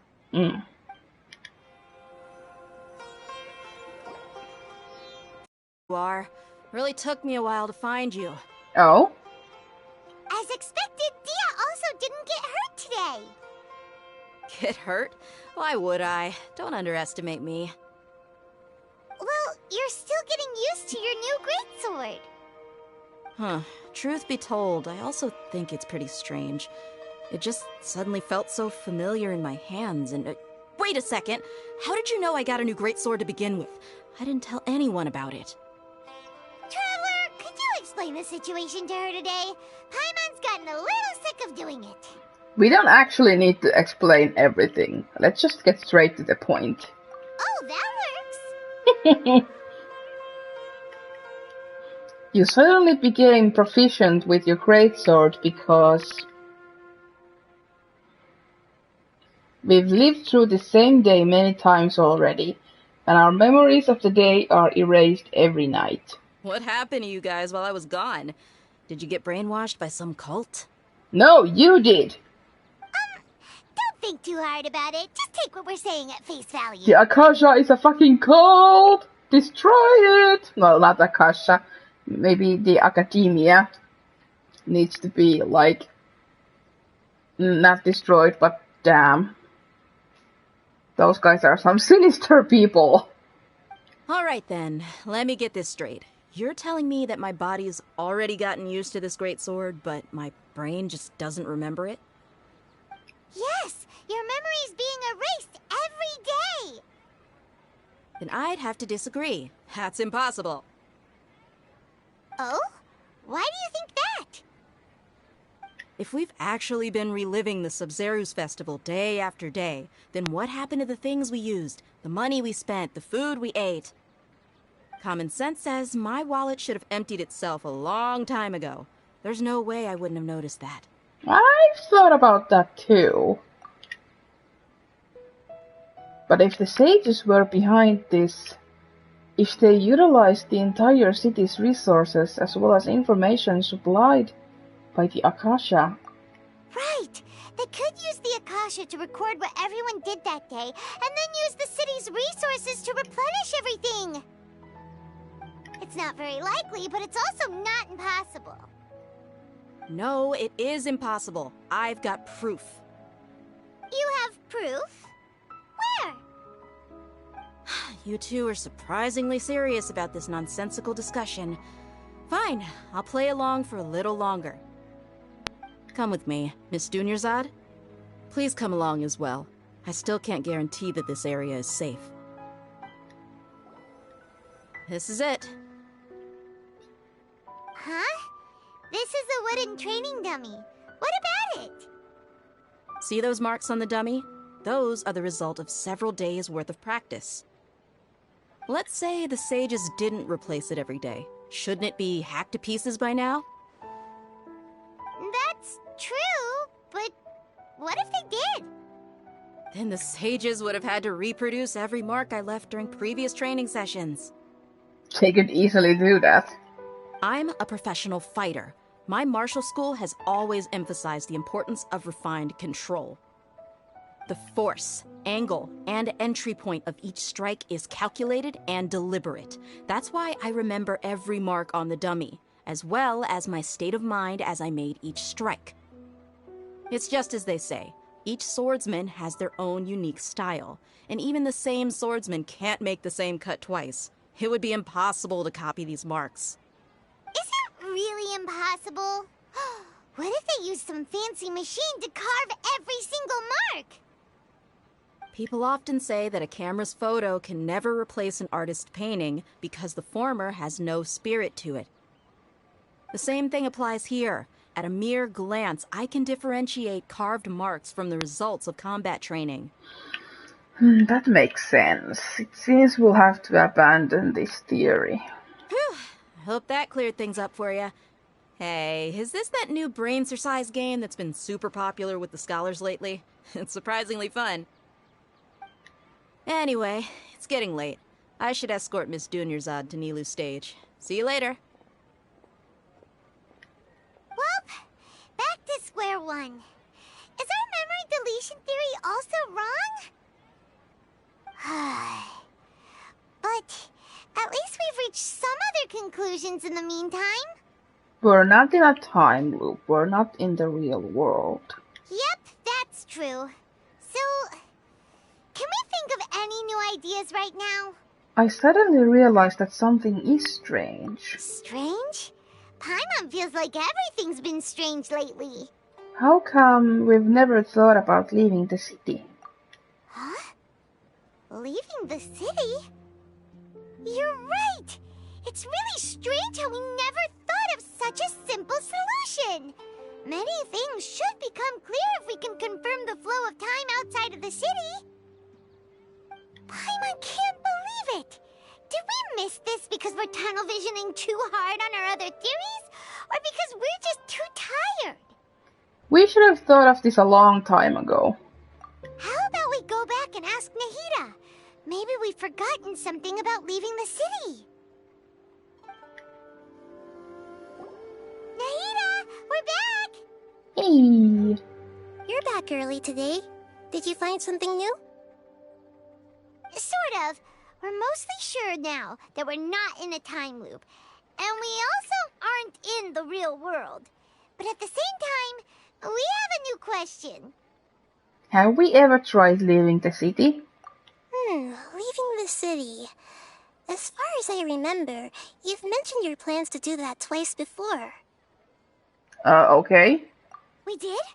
But we don't remember anything. What happened after we talked about those plans? What did we say when we got back? Let me think. I don't think you ever actually told me what the outcome was. Oh, it's probably more accurate to say that both times you never came back the whole night. But you two sometimes stay out the entire night anyway, so at the time, I didn't think too much about it. It is true that sometimes we lose track of time during our investigations. Before we know it, it'll already be the next day. But still, neither of us remember anything about leaving town. Really? That's kinda strange. In theory, I should have already awakened all your memories. Let's try again tomorrow. Yep, something here's definitely fishy. Let's get to the bottom of this tomorrow.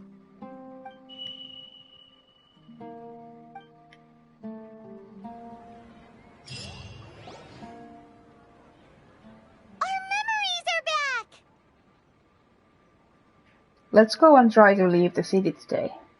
About that. Well, where should Paimon begin? Paimon, what do you mean? Traveler, aside from your memories that were just restored, I have another message for you. Another message? From who? Listen to it and you'll understand. Can't go back. There are countless spaces here. Our Sabzeruz festival in Sumeru City is just one of them. This is my own voice? Traveler, you should be missing 2 days worth of memories. Paimon will fill you in.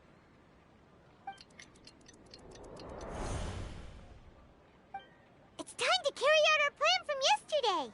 Let's go and try to leave the city today. Okay, let's go. Why can't we leave the city? What is the academia up to now? Don't ask me. It's not like I can tell you anything. This is a direct order from the Grand Sage. Just wait until tomorrow. I have a real emergency. My goods have already arrived at Port Ormos. If I don't hurry, they'll be stolen. That's your problem. Make sure you make a request in advance next time. But it's not like you can just predict business matters in advance. It looks like the Academia already announced a lockdown for Sumeru City today. How completely unsurprising. Let's go and question them. Hello, sir. Why can't we leave the city today? Here we go again. Don't ask me. I don't know either. We just received an order that no one is allowed to enter or exit Sumeru today. They didn't tell us anything else. Of course the Academia wouldn't share their plans with a pawn. Angering me won't get you anywhere. If I had that kind of insider info, I would have left this stupid post long ago.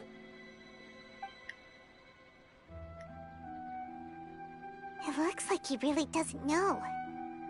If we can't get anything out of him, let's take matters into our own hands.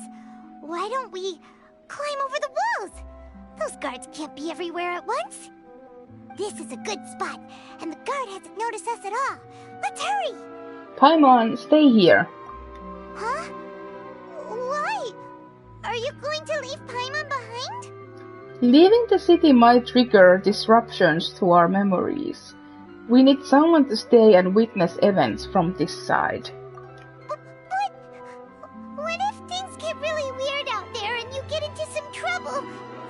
Then Paimon won't be able to help you. Oh, Paimon knows that Paimon can't do much, but we've always been together, haven't we? Don't worry, Paimon. If we leave together, it'll just be the same as before. Okay. Paimon will wait for you.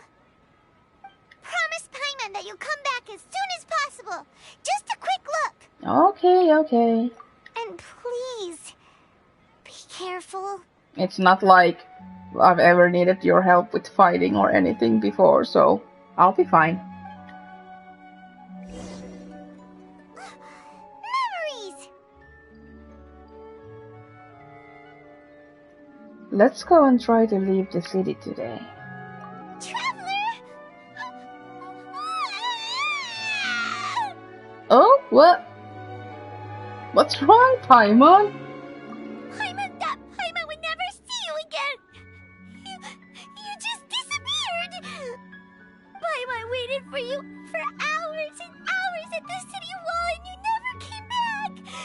You promised Paimon that you were only taking a quick look! What did I promise? Paimon, calm down. She's here now. I don't think she understood what you were saying. Paimon doesn't care! Paimon wanted to go look for you, but you also said that Paimon should stay! Paimon was so worried and so scared the entire day! Although I don't remember doing any of this, still sorry, Paimon. I won't leave you behind. Okay. Paimon will forgive you. The most important thing is that you didn't actually disappear. Oh, Paimon was so scared that you had gone into another world. Nah, I wouldn't leave you just yet. Okay.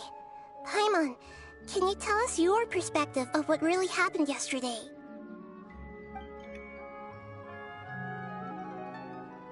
I see. Using two people's different perspectives. After that, you left the city. Paimon kept her eyes on you the whole time, but then you disappeared in an instant. You sure that's what you saw? You weren't zoning out or anything. No way! Paimon was watching you with the fullest attention. What's your perspective, Traveler? You sure you don't have any memory of this? Yes, I don't even know that yesterday existed.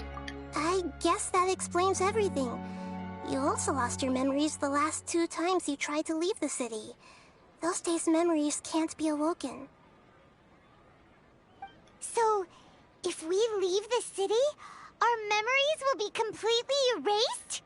So they didn't just restrict access to Sumeru City. They're also erasing the memories of those who leave. It really sounds like something big outside of the city is being hidden on purpose. But this way, we'll also never discover what's outside. If our memories will be erased, can we leave behind something other than memories? Something like a message? But how can we send it back? Don't look at me like that. I'm not used to being stared at. Get used to it. Well... Okay. You want something that can pass on messages, right? Give me some time and take care of Dunyarzad for me. Yep, now we're talking.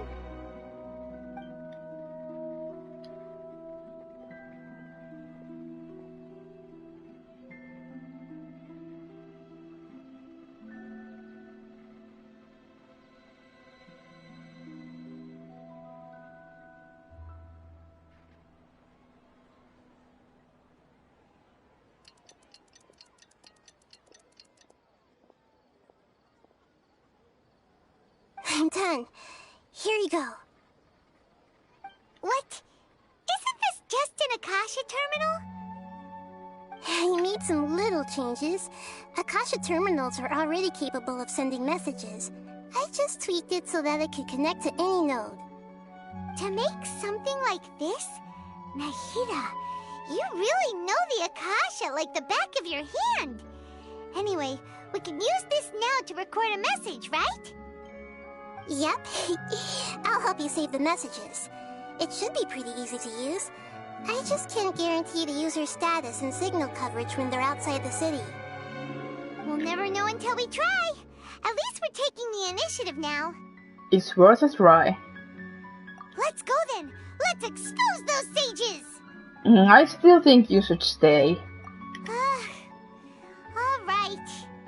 Paimon isn't as worried about being separated since it happened once yesterday. But Paimon still isn't happy about it. See you tomorrow, Paimon. Okay, see you tomorrow, Traveler.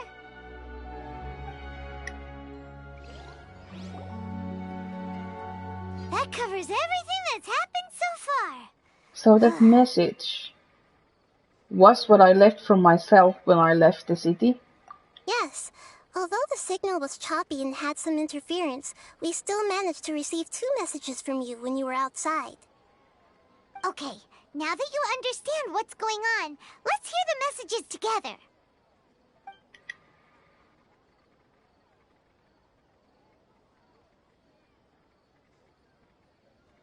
Can't go back. There are countless spaces here. Our Sabzeruz festival in Sumeru City is just one of them. I've entered another space. Before me are flowing sandstone and howling fish. Impossible and surreal sights. All these spaces are empty, except for the occasional ones that contain mute puppets rather than people. I can't sense any human presence.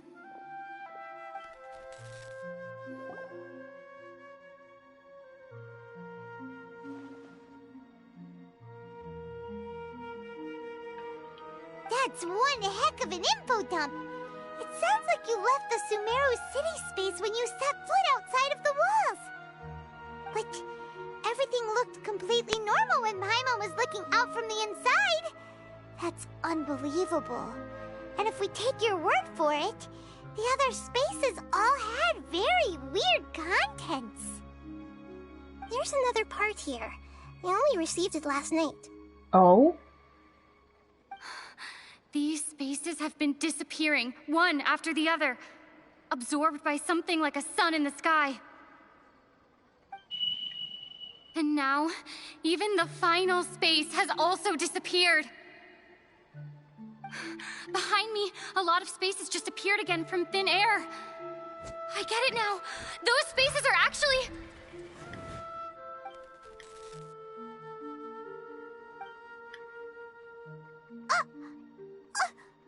Why did the message end right there? What did the Traveler want to say? What are those spaces? Probably because yesterday just happened to end at that moment. Oh. Oh, right. Paimon did hear a beep from the Akasha. Did it come from here or from the message? The message. It should have come from the Traveler's Akasha terminal. After the beep, Traveler said even the final space has also disappeared. Traveler, what do you think that final space could have been?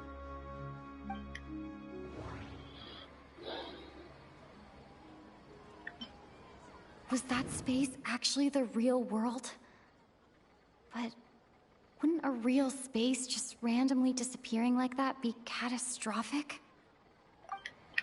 My impression is that each day in this samsara only ends at the sound of that beep from the Akasha. All the bizarre spaces I saw outside the city had one thing in common: a lack of human presence. That doesn't sound right. I need to carefully think things through. That doesn't sound right. I need to carefully think things through.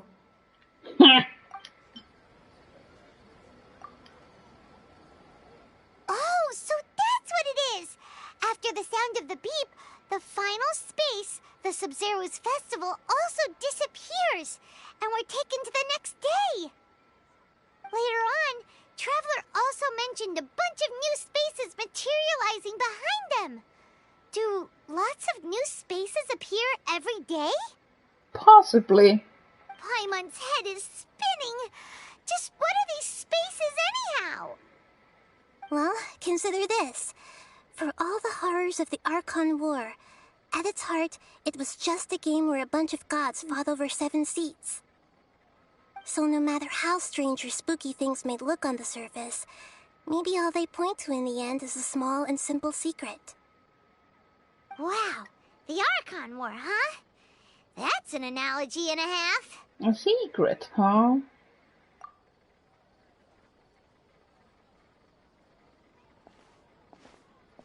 Give me some time. I need to organize my thoughts. Hey, where are you going?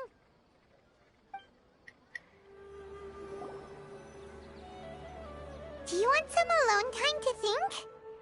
All right then, Paimon won't disturb you.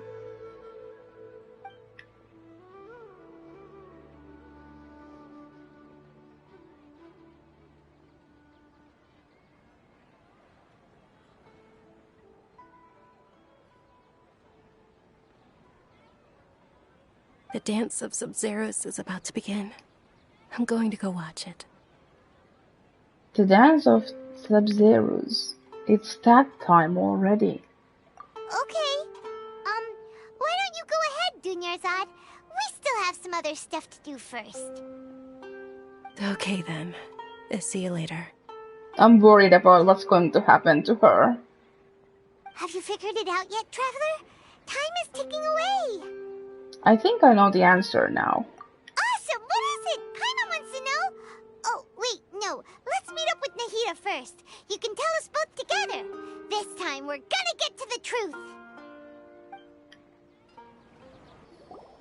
You're back. I've been waiting forever for you two.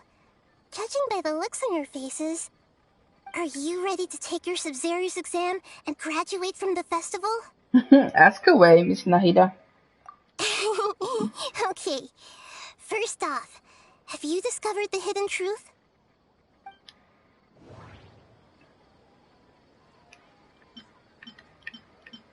People in Sumeru don't dream. What a strange phenomenon.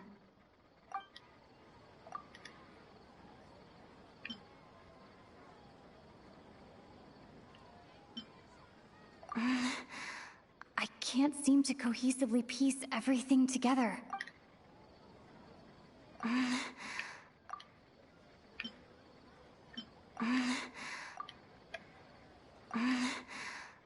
can't seem to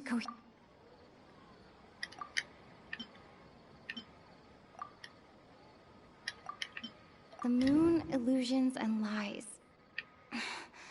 What do they all mean? All the bizarre spaces I saw outside the city had one thing in common: a lack of human presence.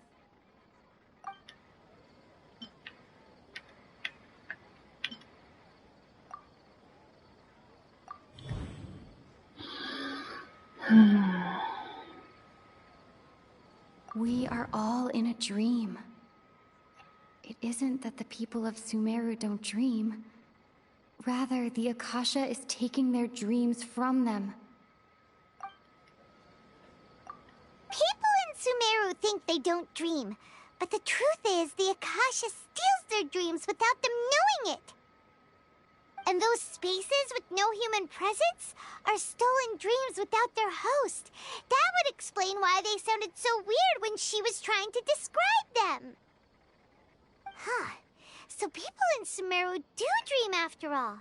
In fact, we're all in one big dream together right now. Correct answer.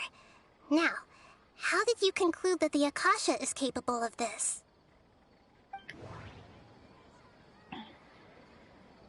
The Akasha relies on the power of a gnosis to operate. It is the manifestation of the God of Wisdom's power. It compiles the wisdom of the entire populace. And it grants knowledge to the people.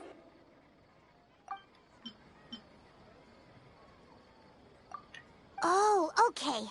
Those dream-controlling creatures in the forest also get their power from the Dendro Archon, right? That would explain why the Akasha has the ability to control people's dreams, too. But is stealing everyone's dreams really how the Akasha compiles their wisdom? Isn't there anything more to Dreams are fantastical, complex, and full of imagination. People's brains are the most active when they're dreaming. In other words, dreams are rich bundles of human wisdom. So in other words, the complete opposite of how Hypatia understood it. Paimon remembers her saying that the sages think dreams are foolish delusions, and the fact that no one dreams is a blessing from Greater Lord Rukkhadevata. So it was all a dirty trick? The real story is that the sages from the Academia are using the Akasha to steal people's dreams for their own use, huh? Yes, and they don't intend to stop there. Oh? By the sounds of it, you understand the current situation pretty well. So then, what about the samsara?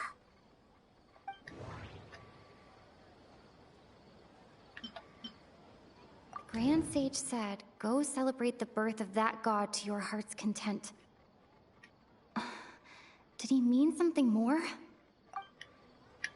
That doesn't...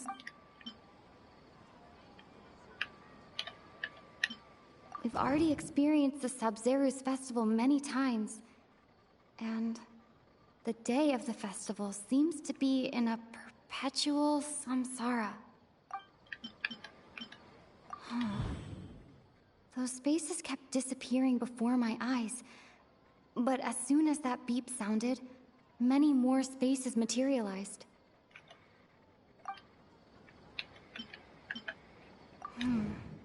The beep is a prompt tone for Akasha operations. We still hear it every night, even though we removed our Akasha terminals.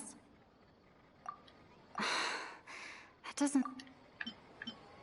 Those dreamscapes kept vanishing. But as soon as that beep sounded, more new spaces appeared.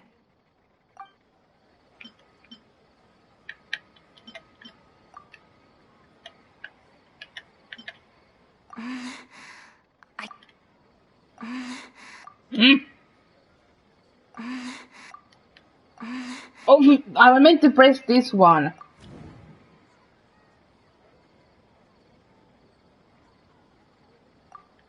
Correct. The Akasha is keeping each person's brain in a constant dream state, but also separating their consciousness from their own dream. Their disembodied consciousness is placed inside the collective dream of the Sabzeruz festival along with everyone else's, while their now vacant dreams are harvested by the Akasha. No one is any the wiser as another day passes in the dream, and so begins another samsara cycle. People wake up to yet another dream about the Sabzeruz festival. The dreams that belong to them are once again harvested by the Akasha, and so it continues. So, this is like a dream factory, and the Akasha is a dream harvesting machine. Did Paimon get that analogy right? Very good, Paimon. Using analogies well is an excellent habit to get into. Okay, so that beep we keep hearing is actually from our real-life Akasha terminals. Taking off our terminals in this dream doesn't do anything. Yep. Alright, last question. Who am I?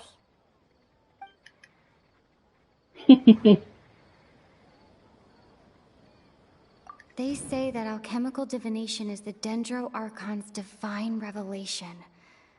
So then, if Nahida has referred to herself as the moon... So you noticed. You are a lesser Lord Kusanagi. I thought that one would be the hardest question. That's why I put it last. That wasn't hard at all. Even Paimon guessed that. Everything about you is different. We just didn't want to expose you is all. Probably Paimon just didn't know. Now that you mention it, Nahida, you've been hinting to us since the very beginning. It's funny. Thinking back to when we were asking all over the place for info about Lesser Lord Kusanagi, Paimon didn't expect to meet you like this. I have a lot of questions for you. But this doesn't seem like a good time. Yes, those can wait until we're back in real life. On the other hand, I'd be happy to answer any more questions you have about here and now. Oh.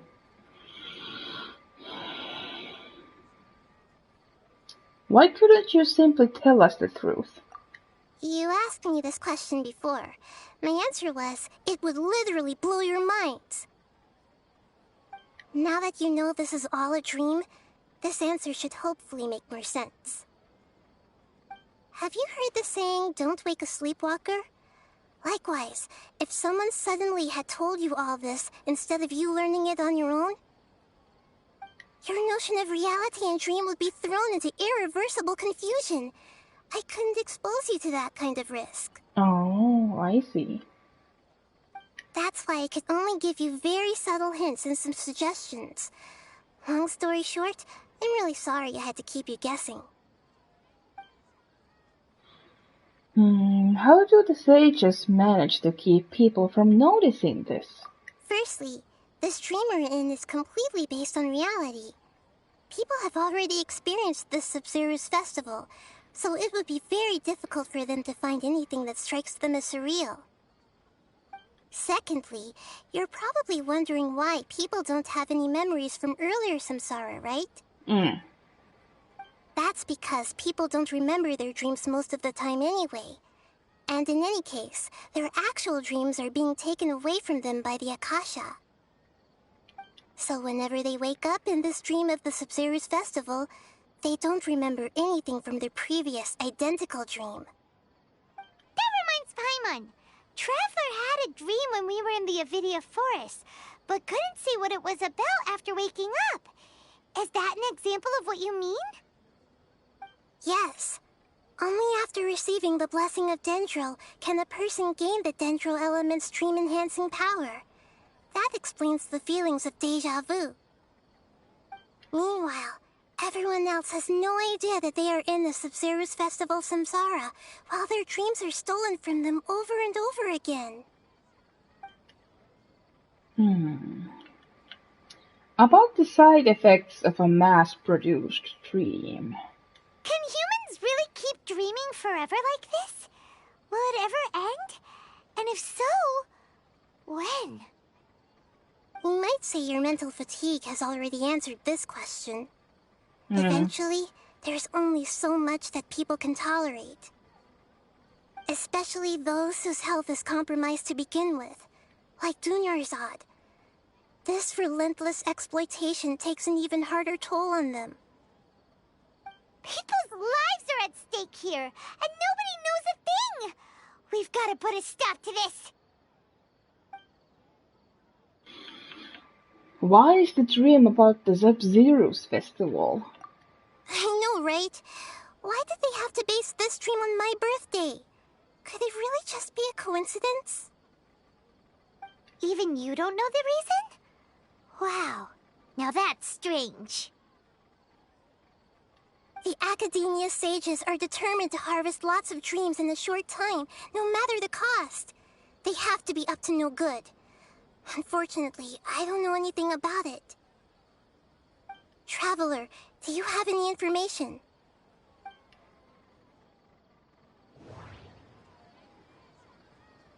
Those faces remind me of dreams. Like the one I had in the Avidia forest. Except these have no sign of human presence.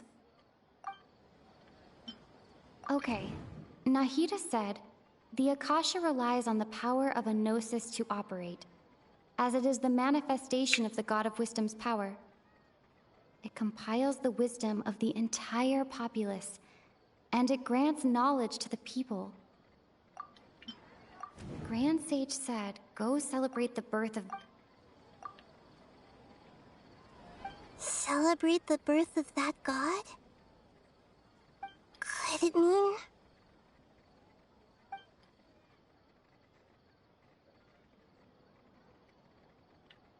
I don't have any more questions. Deceiving the people of Sumeru with no regard for their safety. No matter what they're trying to do, this is unforgivable. After we end the Sabzeruz festival, Samsara, we have to look into them. How can the sages of the Academia do this behind their Archon's back? This is ridiculous! In the end, I'm just the moon. The real sun is long gone. A sun and a moon? Nahida's talking in riddles again. You can't be this dumb, Paimon. You really can't. Oh, we're out of time today. I'll tell you how to break free of the samsara tomorrow. See you then. See ya, Nahida.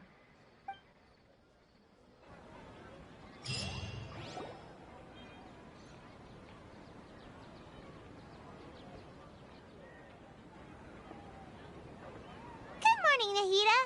Oh no! Wait, now that Paimon remembers everything, should we instead say good morning, Lesser Lord Kusanali? Oh no, Danyarzad. Hey, what's wrong, Nahida? You don't look too good. Where is Danyarzad? She couldn't have... I'm afraid that what you're thinking right now is correct. Oh no! Did Dunyarzad already disappear? No way. Are we too late? The real Dunyarzad's consciousness has indeed disappeared. It can no longer endure the constant dream harvesting. We were so close! Paimon can't believe it. Wait, so what about that other Dunyarzad? Just what is she? Is she also going to disappear? She's actually something like a puppet, but not completely. The real Dunyarzad's consciousness could no longer keep playing her role in this dream. So another Dunyarzad appeared to replace her in the dream. Just like the grass and the trees, that Dunyarzad is just a building block of the dream that helps to keep it going. But personality-wise, she's nothing like the real Dunyarzad. Puppets are stiff, and can't copy a living person's vitality. After all, they're just there as filler. You know, speaking of which, the old Dunyarzad might not have been too different from a puppet. Dunyarzad truly believed that she met you within her consciousness, and it was you who inspired her. So you do remember her after all. Yes. Back then, her family was overly protective of her. No one cared about her personality or thoughts. It was as if she only lived to stall her Elazar. I just gave her a little wisdom so she could look at life in a new way. So that she could be her own person. But even so, she's still... Oh god, I'm crying here. It still meant a lot to her. Far from it. I'm still a long way off from being a real Archon. Oh, come on. I couldn't even save her. If I were a competent Archon, I wouldn't have let my most faithful follower die at the Sabzeruz festival with so many regrets. Please don't beat yourself up over it, Nahida. It's the sage's fault, and theirs alone. I'm not beating myself up. All I did was to rationally observe the distance between myself and a real Archon. Don't be like that, Nahida. Even real Archons are still allowed to be sad. To prevent more tragedies like this, we must end the samsara as soon as possible. Great, but how do we do that? Although the Sabzeruz festival dream is under the Akasha's control, only humans can dream. Even the Akasha is unable to create them. That means this dream belongs to a host who created it. Oh! What? Huh? So, how should we find that person? I have a feeling of who it is, but I don't want to say anything in case I'm wrong. Well, if this is someone's dream, then everything here must come from deep within their consciousness.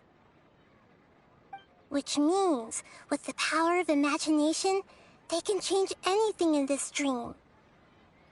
Imagination? What do you mean by that? Imagination means breaking through what you perceive as normal. Like when the server at a tavern brings a plate to you, you'd naturally assume that food is on it. However, if you're the dream's host and you become aware that you're dreaming, when you imagine gold and more on the plate, the dream will respond in kind, and the server really will bring you gold and mora. Ooh. But right now, our host is unaware that this is a dream. No matter how many times they're served, it will always be food. So we find the host. Then what? Find some way to make that person realize that they're dreaming. Usually, once that happens, the person will wake up and the dream samsara will be broken. How are we going to find them, though? If it could be anyone, it'd be like looking for a needle in a haystack. And even if we did find them, how are we supposed to make them realize they're dreaming? After all, like you said, don't wake a sleepwalker. It's extremely difficult, yes. But the only ones who can do it are you two. Remember, everything you've achieved up to this point has all been for the sake of finding the host and ending the samsara. As for me, during this time, I'll be out of town. Oh? Out of town? Are you going to that place full of dreams where the traveler went? Yes. I want to try something. There must still be a small wisp of possibility. Hurry and go. Dreams are supposed to be fantastical, romantic, and full of pleasant surprises. Unnecessary things like this samsara need to end. Paimon's still a little upset that we've come this far only for Dunyarzad to... She was such a good person, with such a simple wish. But fate was against her. I just feel so demoralized. Yeah. Saving Dunyarzad is what kept us going this whole time. But we mustn't lose hope, Traveler. Dunyarzad would definitely want to see us save everyone else. So let's break the samsara for her sake. Oh, yeah. Paimon's wondering, do you think the sages would get one of their own to be the host of this stream? Feels like it would be easier to control it that way, no? Unlikely. Knowing the plan, they'd probably become aware that they were dreaming. And an unsuspecting host would be less likely to realize this is a dream. Huh. That's true. Plus, the sages probably weren't counting on there being other factors beyond their control, like Nahida and us. So, who do you think the host of the dream is? Maybe Faris, the Knight of Flowers. Oh, that would make sense. Faris, the Knight of Flowers, is a symbol of the whole Sabzeruz festival, right? Pretty core character. Let's go ask him some questions, shall we? Yep.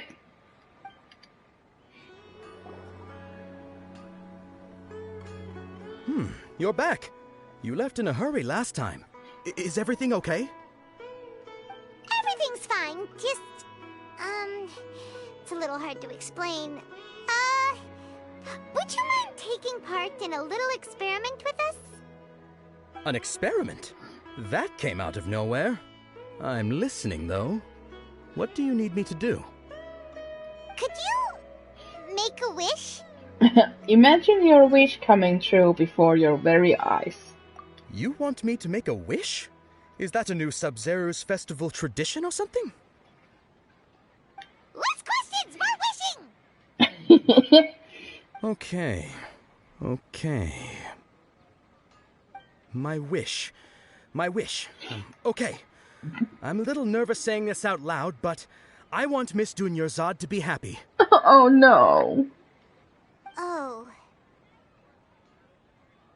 I noticed earlier that she looked a bit down, and she wasn't really talking to anyone. She just doesn't seem like herself. She's always so gentle and kind, and all the kids love her. I've also wondered if the reason she asked me to be Fairest Knight of Flowers is because I'm special to her, or something. So, you have a crush on Dunyarzad? Oh no! Oh, is it that obvious? After what I just said, I guess it is. When she placed the hat of the Knight of Flowers onto my head, she said to me, I want everyone to have a happy Sabzeruz festival.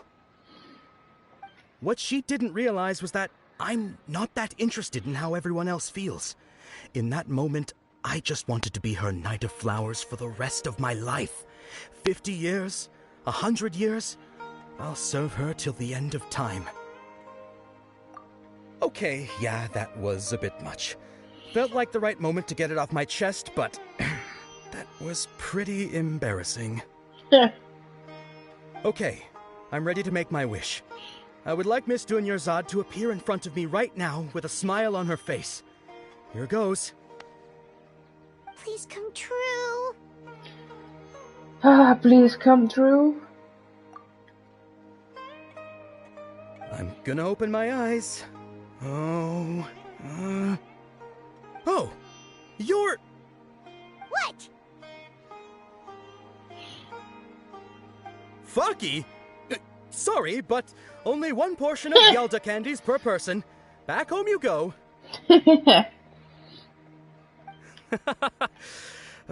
Nice try, you two. Anyway, never mind. I don't need to see her appear right in front of me. As long as she's happy.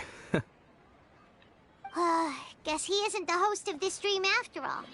Should have expected it wouldn't be this easy. Mm.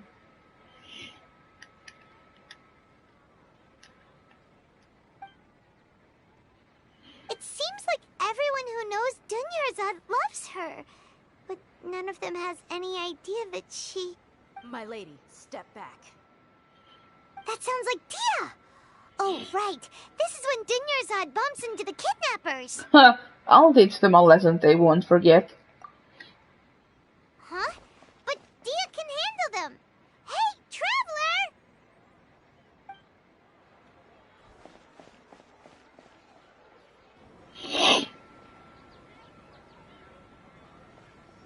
Oh, it's you. Great timing.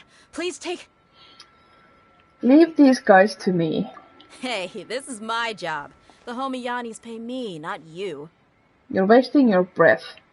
Leave. You... fine, alright. Knock yourself out. Why are you so worked up anyway? It's not like I don't trust your fighting skills.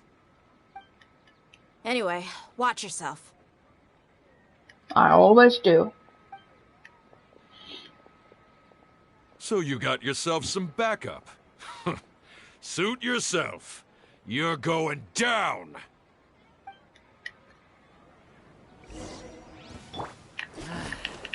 Useless. Right now. Right here. Enshroud. Boring.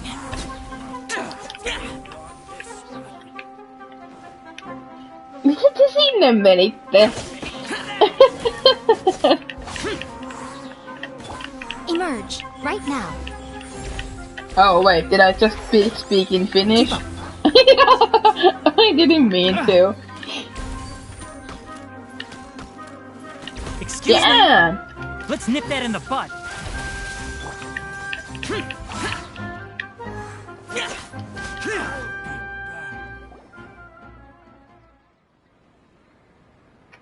Traveler, were you just taking your anger out on those guys?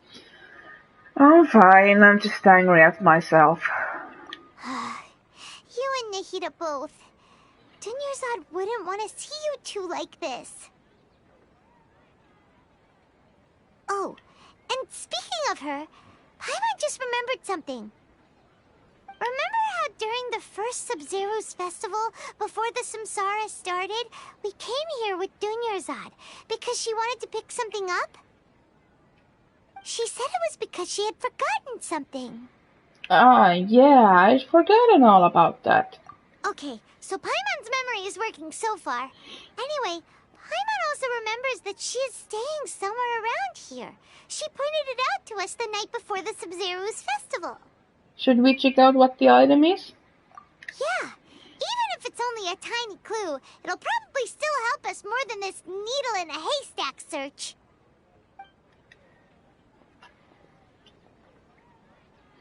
This is the place. It's rude to enter other people's spaces without permission, but desperate times call for desperate measures. Excuse us, Dunyarzad. Hey, the windows are unlocked. Okay, Paimon's gonna take a peek inside.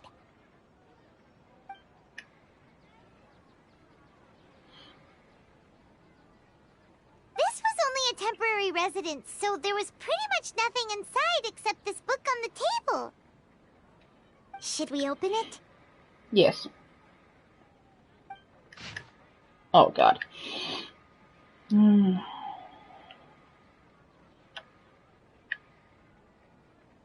After almost 16 days, I was finally able to get these notes written before the Sabzeruz festival. Once the festival ends, you and Paimon will probably continue your journey immediately, so I was hoping that I'd be able to give this to you before that.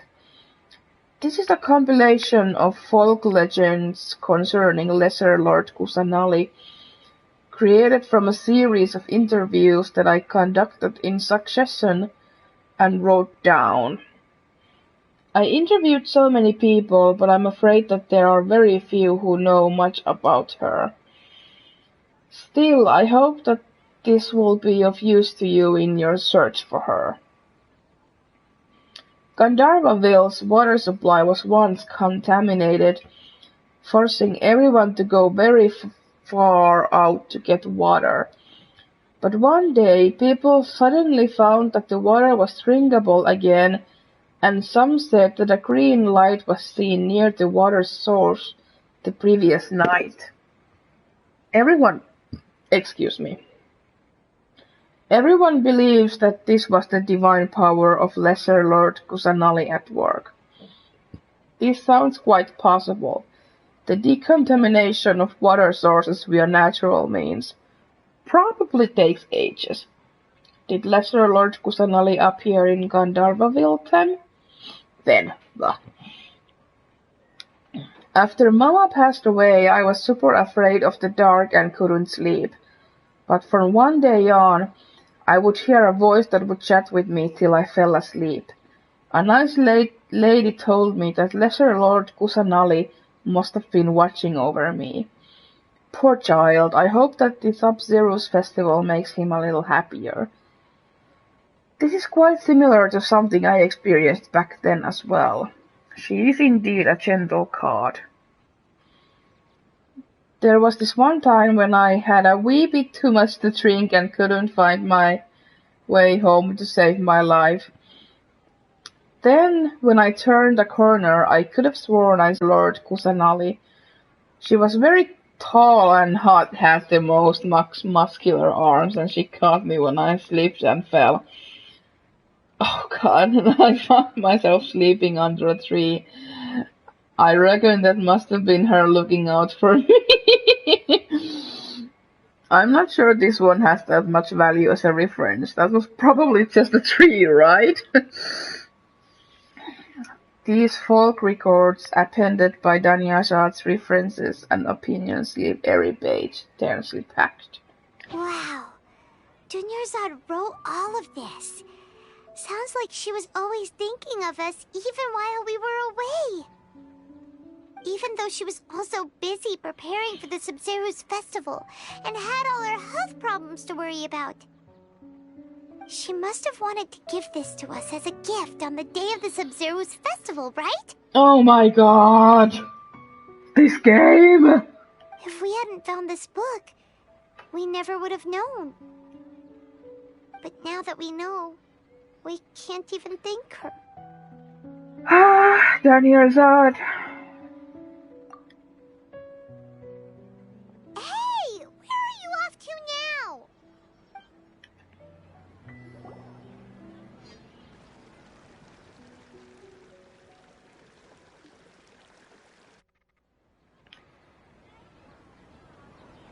It's Dunyarzad's puppet.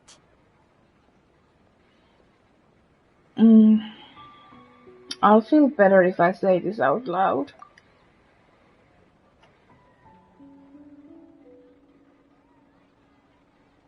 Thank you. Traveler?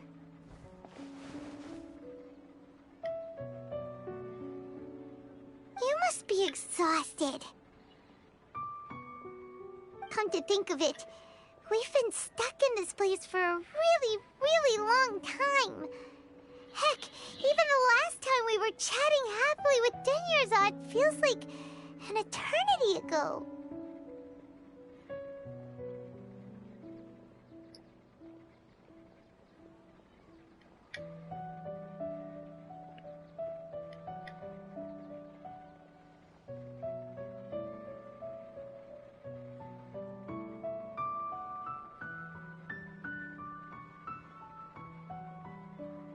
Paimon still remembers when we were sitting here, and the way her eyes sparkled when she talked about Nilu's dance of Sabzeruz. Oh my fucking god! I'm crying here!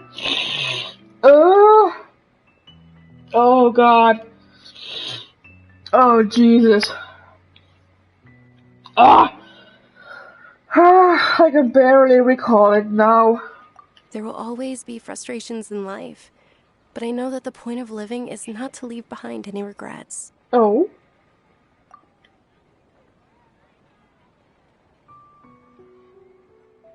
That was what the real Dunyarzad said, wasn't it? Does that mean... Danyarzad? Yes, Traveler. What is it? Oh. Oh. So she's still just a puppet. But just now, how come... Let's go, Paimon. What? Where are we going this time? To watch the dance of Sabzeruz. Oh god! Oh. If you continue to resist, we will have to order an investigation into every single event organizer. The Grand Sage has already granted you much leniency. I advise that you exercise tact. How did things turn out like this?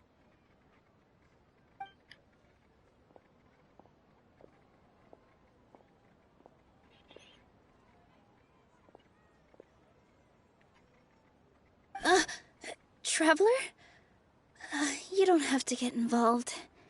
He's a sage from the academia. I don't want to drag you into this. Traveler? Traveler? What the heck are you doing? If you get arrested by the academia, that's another day gone to waste!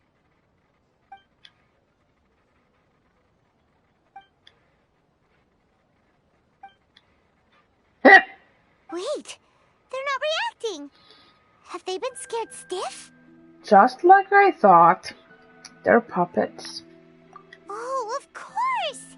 If this is the sage's plan, they wouldn't put themselves through this. So they're just substitutes. What is this? What happened to the Grand Sage and his entourage? Hold on a moment, what's up with those flowers?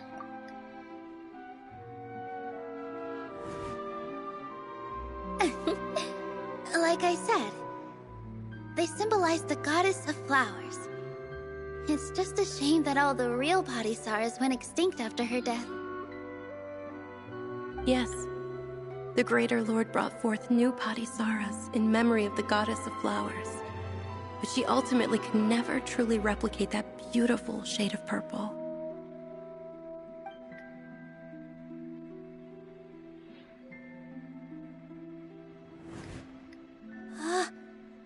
beautiful shade of purple. Aren't these flowers real Padisaras? Just like the ones from the legend? I didn't even notice. Dunyarzad, did you find these? But didn't you just say all the real flowers went extinct after the goddess of flowers passed away? So, how? Yeah. What's going on here? Nilo, close your eyes. Huh? Imagine that the Grand Sage and his entourage are not here in front of you. You guys are acting weird. But okay, I'll try.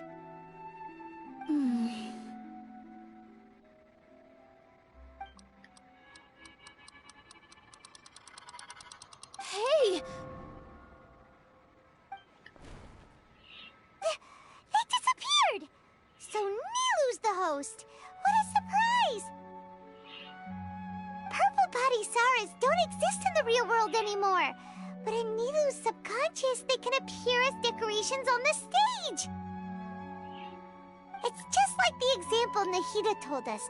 People assume there will be food on a plate, and Nilu assumed there would be real Padisaras in the flower pots. So when you saw the flowers, you instantly knew it was Nilu? Correct. But if we want to end the samsara, we need the host to become aware that they're dreaming.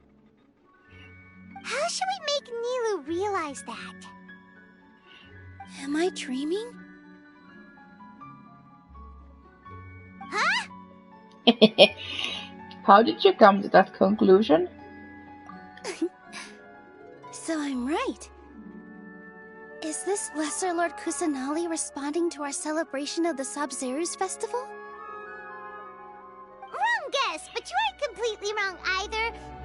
The point is, what made you think this is a dream? As far as you know, people in Sumeru don't dream, right? Yeah, but have you heard the tale of the first sage? To prevent a calamity, he went on a journey to find the Dendro Archon. Ooh, sounds familiar. Dunyarzad told us a story like that when we first arrived in Sumeru City. So it was about the first sage, huh? Yep, but in the part you heard, he hadn't become the first sage yet. There's more to the story. His piety and wisdom were acknowledged by the Dendro Archon, and she finally gave her blessing to him. All kinds of spectacular scenes appeared in front of the first sage, as if all the knowledge in the world was being painted onto a canvas right before him. He was captivated. After who knows how long, he mastered all the knowledge he could comprehend. Afterward, he said to the Dendro Archon, "I miss my parents, my wife, and my children. I've been away from home for far too long. They must be worried." The Dendro Archon smiled. The next second, the sage found himself lying in his bed, as if he had just woken up from a dream. His wife, lying next to him, said, "You're off to search for the Dendro Archon today, aren't you? Have a safe journey, my love." In the end, the first sage took care of many disasters in Sumeru City and founded the Academia. What a happy ending. So, the first sage was dreaming ever since the beginning of the story? He never went on his journey?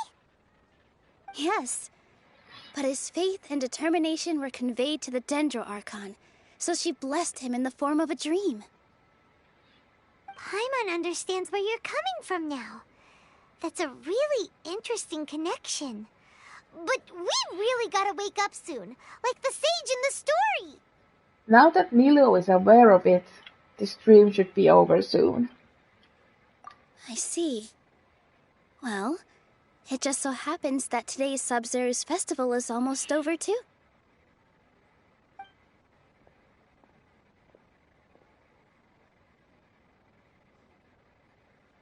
Since we're in a dream, let's make this final dance of Sabzeruz as beautiful as we can. I've been waiting for a long time for this. Please dance your heart out.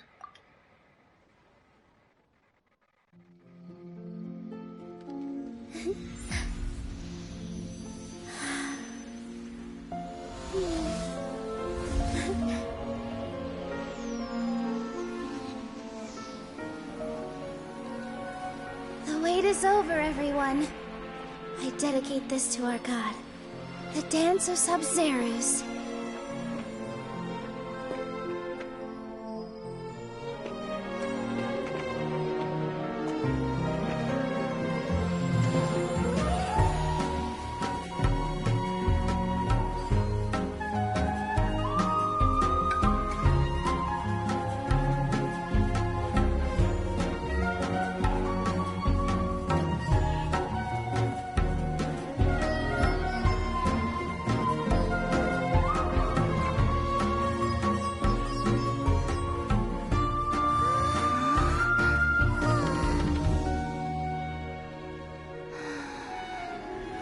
I'd be lying if I said I had no regrets.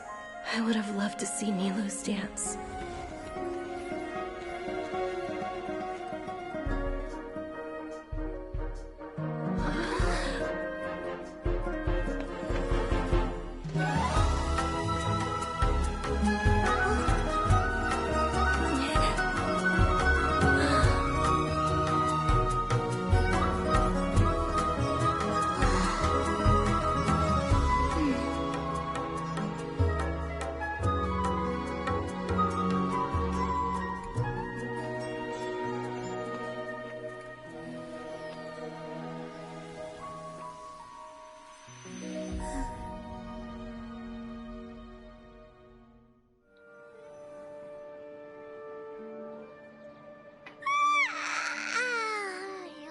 Good morning, traveler. Oh, Paimon feels like she's been asleep for the longest time. Good morning, Paimon. My head hurts. Paimon's head feels super heavy. Did we oversleep? Do you even remember going to sleep last night? Paimon thinks it was after the Sabzeruz festival. The Sabzeruz festival! Have we finally escaped from the Sabzeruz samsara? I remember now. Quick! Take off your Akasha terminal!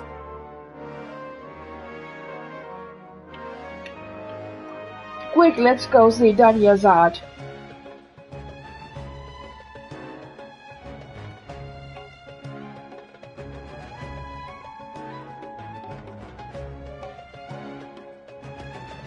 She's not in her room. What happened? Let's go to the usual spot. Huh? What usual spot? The bench, you idiot!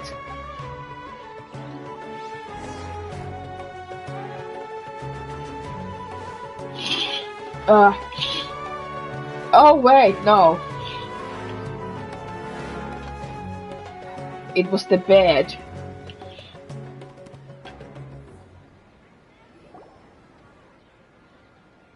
Well done, traveler and Paimon. Catherine? And thank you, Dunyarzad, for organizing the Sabzeruz festival for me. I'm sorry, who are... Dunyarzad! You're okay! Oh, don't scare us like that! Oh, Danyazad. Oh, Traveler Paimon. I have something amazing to tell you. Oh? I just had a dream, and I saw Nilou performing the dance of Sabzeruz.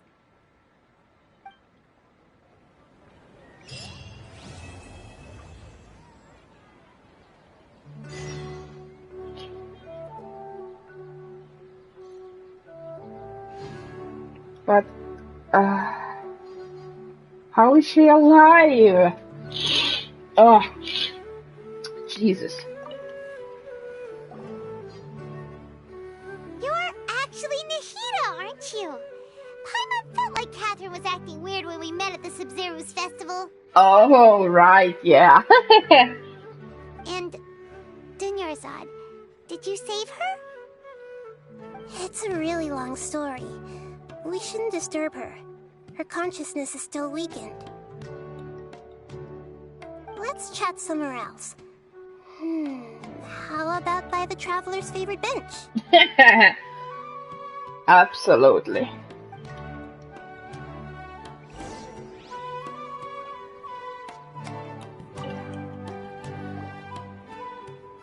What's going on? Why are you two so excited to see me? Hasn't it only been a night? It's actually been much longer than that. Oh, you wouldn't believe. Oh? Strange. Was I really asleep that long? No wonder I have such a headache.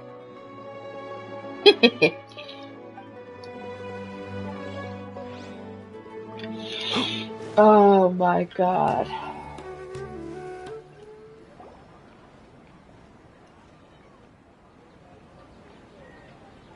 Let's talk about Dunyarzad first.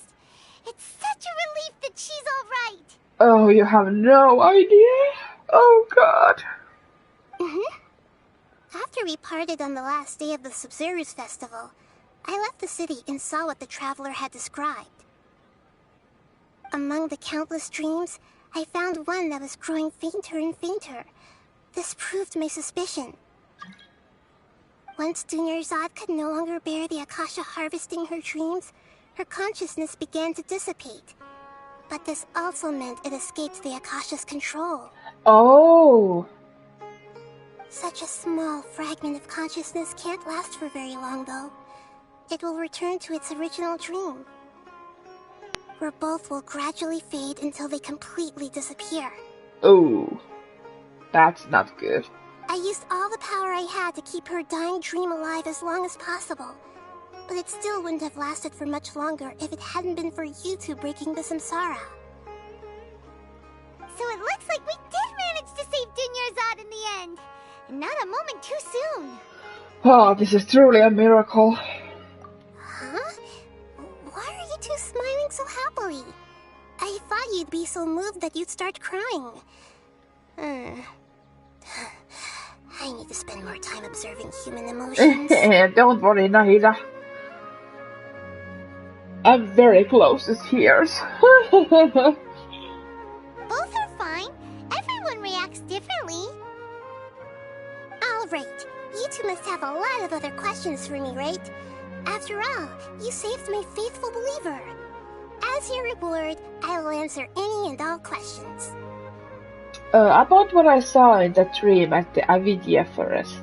At the Avidia forest, there was this incense that made the traveler fall unconscious and dream of a huge tree and a red sky. You also heard someone's voice, right? It said world and forget me. Yeah, so you do know!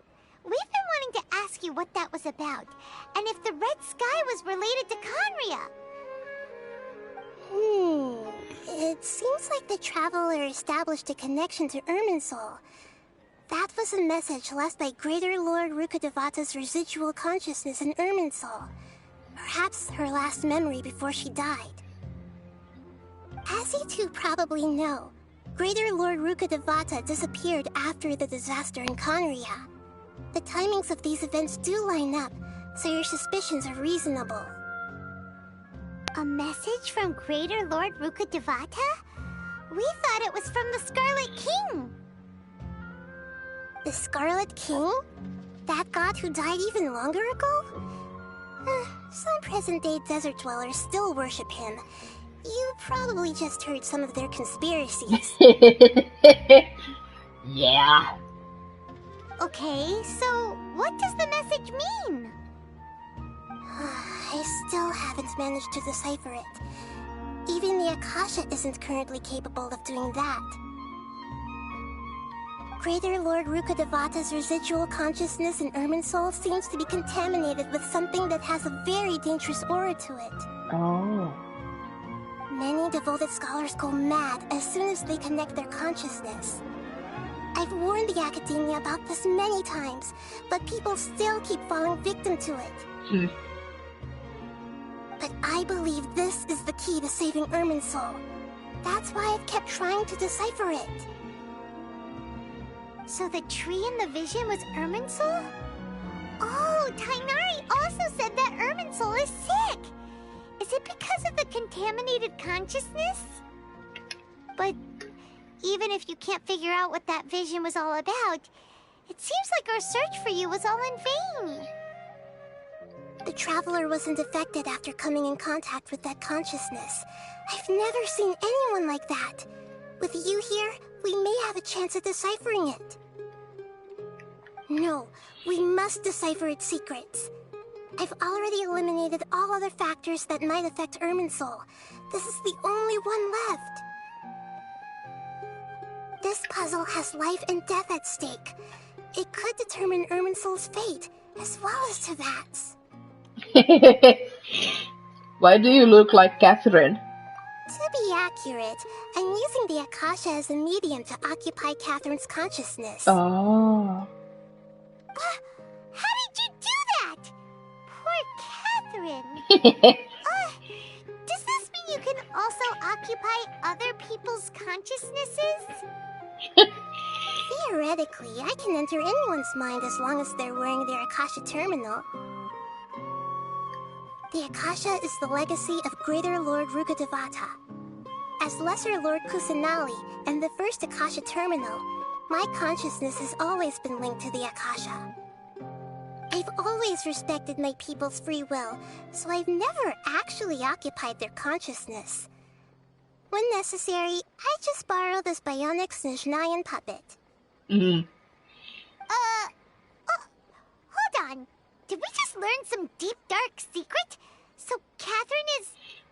No wonder Paimon felt something was off about her. What about your own body? Why do you need to borrow other people's? Don't you live in the sanctuary of Surasthana? That story begins a long time ago. After Greater Lord Rukkhadevata disappeared, the sages found my newly born self and took me back to Sumeru. At that time, I was young and weak. The sages kept me in the sanctuary of Surasthana, ostensibly for the sake of protecting me. But I've hardly heard from them since. However, I do understand that they had hoped to find Greater Lord Rukkhadevata instead of me, a symbol of her passing. So, the sages basically put their new Archon under house arrest? How dare they! Why don't you teach them a lesson, Nahida? In some ways, they aren't wrong. Greater Lord Rukkhadevata was omniscient and omnipotent. Even after her death, the Akasha is still empowering this nation. And I'm still really far away from being able to call myself the God of Wisdom. Moreover, the Academia is also more proficient at governing this country. My existence has little meaning. Don't say that. To me, you're already an excellent Archon. Yeah, you got a lot of believers. Just look at the Sabzeruz festival. Everyone who showed up truly loves you. Thank you for the kind words. But I honestly don't need physical freedom as long as I can connect my consciousness to the Akasha. Trying to find a way to save Irminsul is my life's mission and top priority. I will work on that, and try to live up to being a deity in the meantime. Every once in a while, I will also take up the duties of the God of Wisdom and enlighten a lost soul here and there. Doing all that should be enough. About the sage's plan. There's never been any big problems with the Academia's governance of Sumeru. This is the first time I've seen them step out of line. I wonder what caused them to go down this path, and what they hope to achieve. Even though the city's residents haven't noticed anything strange, if the Traveler hadn't broken the Sabzeruz samsara, the situation could have become dire. I tried to do some investigating in the Akasha, but I couldn't find anything suspicious, and all the people of interest seemed to purposely avoid wearing their Akasha terminals. Well, of course. I think they're deliberately trying to hide something. Yep. Oh, that reminds Paimon. In Gandharvaville, there was a sage who had invited Tainari to join some kind of project. Could it be related? Regardless, I need to first investigate the sage's motives, make things right, and punish them if needed. But I'll have to be discreet, or they'll see me coming. No one has realized the issue with the Akasha? You mean how the Akasha stops you from having dreams? Yeah, it's been such a long time. No one's noticed something's up? It's not that no one noticed. It's more like no one cared. Ultimately, it's all rooted in the sage's misdirection. Misdirection?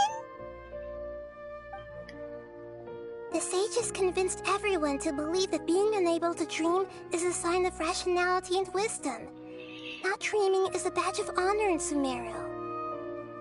Even if the truth is that their dreams are being reaped by the Akasha. With their propaganda in place, the sages can maximize their use of the Akasha to facilitate their research. Besides, Greater Lord Rukkhadevata must have created the Akasha in the hopes that it could be used to its full potential. That's why I've never come out strongly against this. Anyway, the perspective advocated by the sages drowned out any voices of doubt. By now, even those who never use Akasha terminals find it too shameful and embarrassing to talk about their dreams. Oh, I guess I don't have any other questions. Got it. I hope my answers were satisfactory, seekers of knowledge. To be honest, maintaining Dunyarzad's fading dream took a lot of mental energy. I think I may need to rest for a while. You deserve it. Oh, and you don't need to worry too much about the sage's activities for now. The Akasha won't be able to conduct another project on the scale of the Sabzeruz Samsara in the immediate future. Go and get some sleep. Leave everything to us. What a relief. This is truly the most exhausting birthday I've ever had. I bet. Traveler? Paimon? Why am I here? Do either of you know? Maybe you were sleepwalking. You know you can't wake up a sleepwalker. We happened to walk by, so we thought we'd wait for you to wake up. I see. Huh.